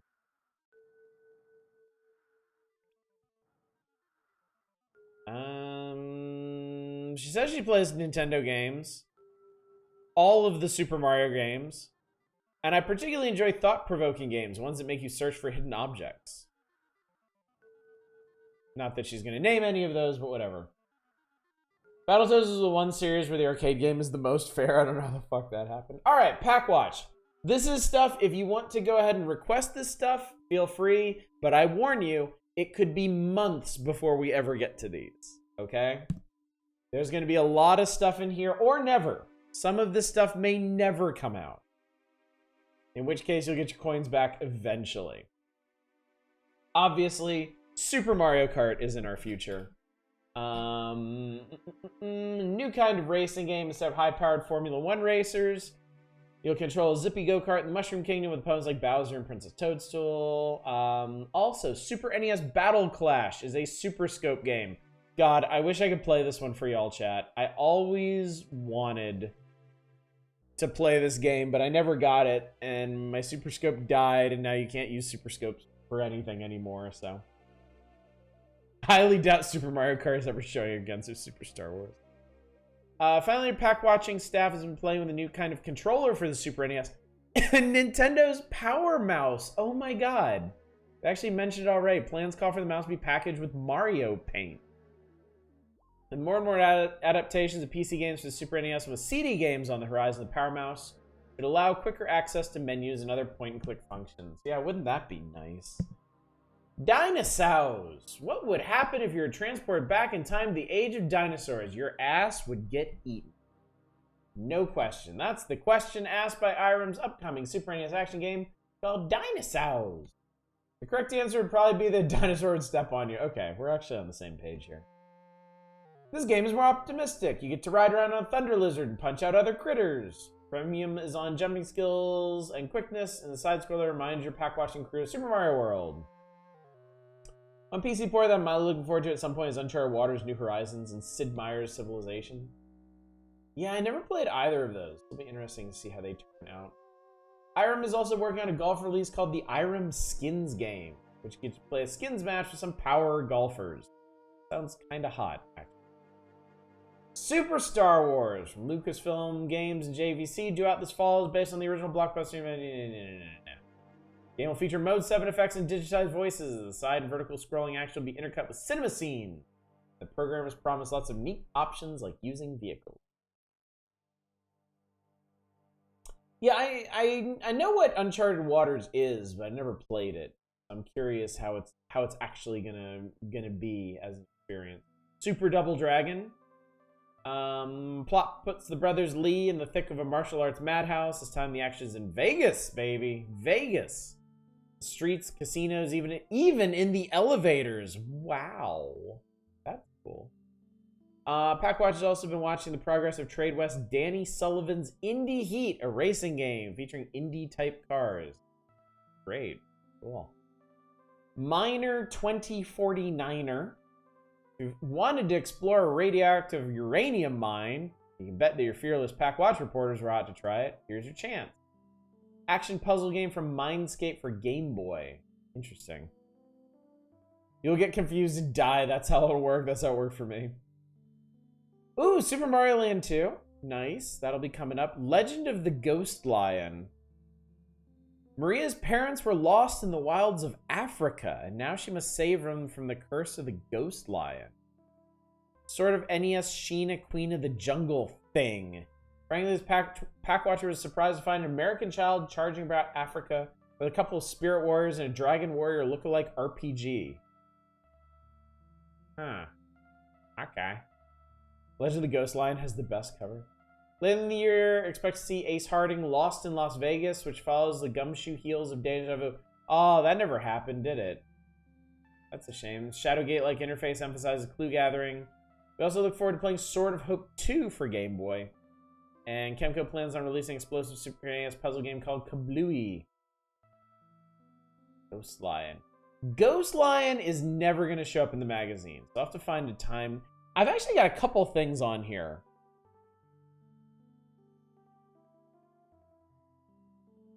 I think I've actually got some stuff in this list that may never actually come around again.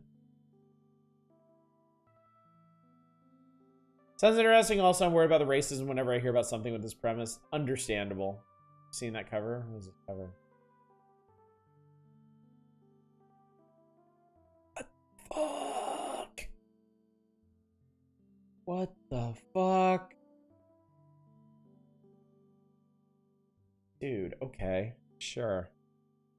Japan Watch, Dragon Ball Z from Bandai is one of the most popular games currently in Japan. Bandai sent a copy of the game. Turned out to be a sci-fi RPG with excellent animation. Combat scenes resemble action game fighting scenes, except you're not in control. Too bad. Yeah, we definitely never got this. Looks like something to be on Johnny Lawrence's car. Gossip galore. Felix the Cat for NES. Electronic Arts Rampart for the Super NES has some cruising in it. Spectrum Holobyte has become the licensee for Star Trek The Next Generation. They hope to have a Super NES pack ready to fly by early '93. On the adaptation of the popular PC dogfighter simulator Falcon. The Young Indie TV show will be the basis for a Jaleco game next year. Wizard of Oz from Seta. High Tech is working on Super Hunt throughout October. See, Dragon Warrior 4 from Enix. It's on its way this fall. ActRaiser 2. Soul Blazer, which is renamed from Soul Blader. Yeah, that's coming up sooner rather than later. And that's it, chat. We've done it. The young indie game we want to play as an old guy telling stories. That's it. We're done. We've finished July of '92. Next up is August, and we'll be doing that on Saturday. And oh boy. This one features TMNT 4, Turtles in Time, Gargoyle's Quest, Kirby's Dream Land, the origination of our little cream puff friend, and Wings 2, Aces High. So that'll all be on Saturday. Tomorrow night, of course, will be The Wheel. Hopefully you got your submission in, because that's, the submissions are getting closed, like, now-ish. And voting for our next big game is going to end at the end of tomorrow night's stream. And then, obviously, on Monday, we'll start whatever it is that y'all vote in. So, yeah. 1992 is finally picking up. Yeah. I've peeked ahead at the next couple issues, and there's going to be a lot of stuff to do. Like, a lot of stuff. So, all right, chat. Well, it is late, and I am tired. I got one more day of work ahead of me, so let me send you off to raid somebody, and we'll get some rest. And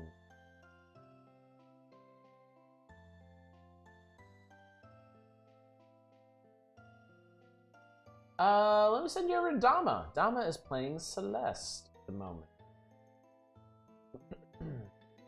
To be honest, 1992 so far kind of blows mostly. There's been interesting stuff, but like I feel like not a whole lot of real bangers. Hopefully that'll change in these clothing months of the year. Okay. Yeah, I need sleep, chat. I'm feeling deprived. All right, gang. Well, thank you so much for coming out. Thank you for joining me for the rest of July of 1992. We laughed, we cried, we got our shit pushed in by M. Bison. It was the total package tonight, I think. Hopefully, I will see y'all tomorrow night for the terrors and tantalizing trinkets of the wheel. But until then, as always, y'all take care. Bye, everybody.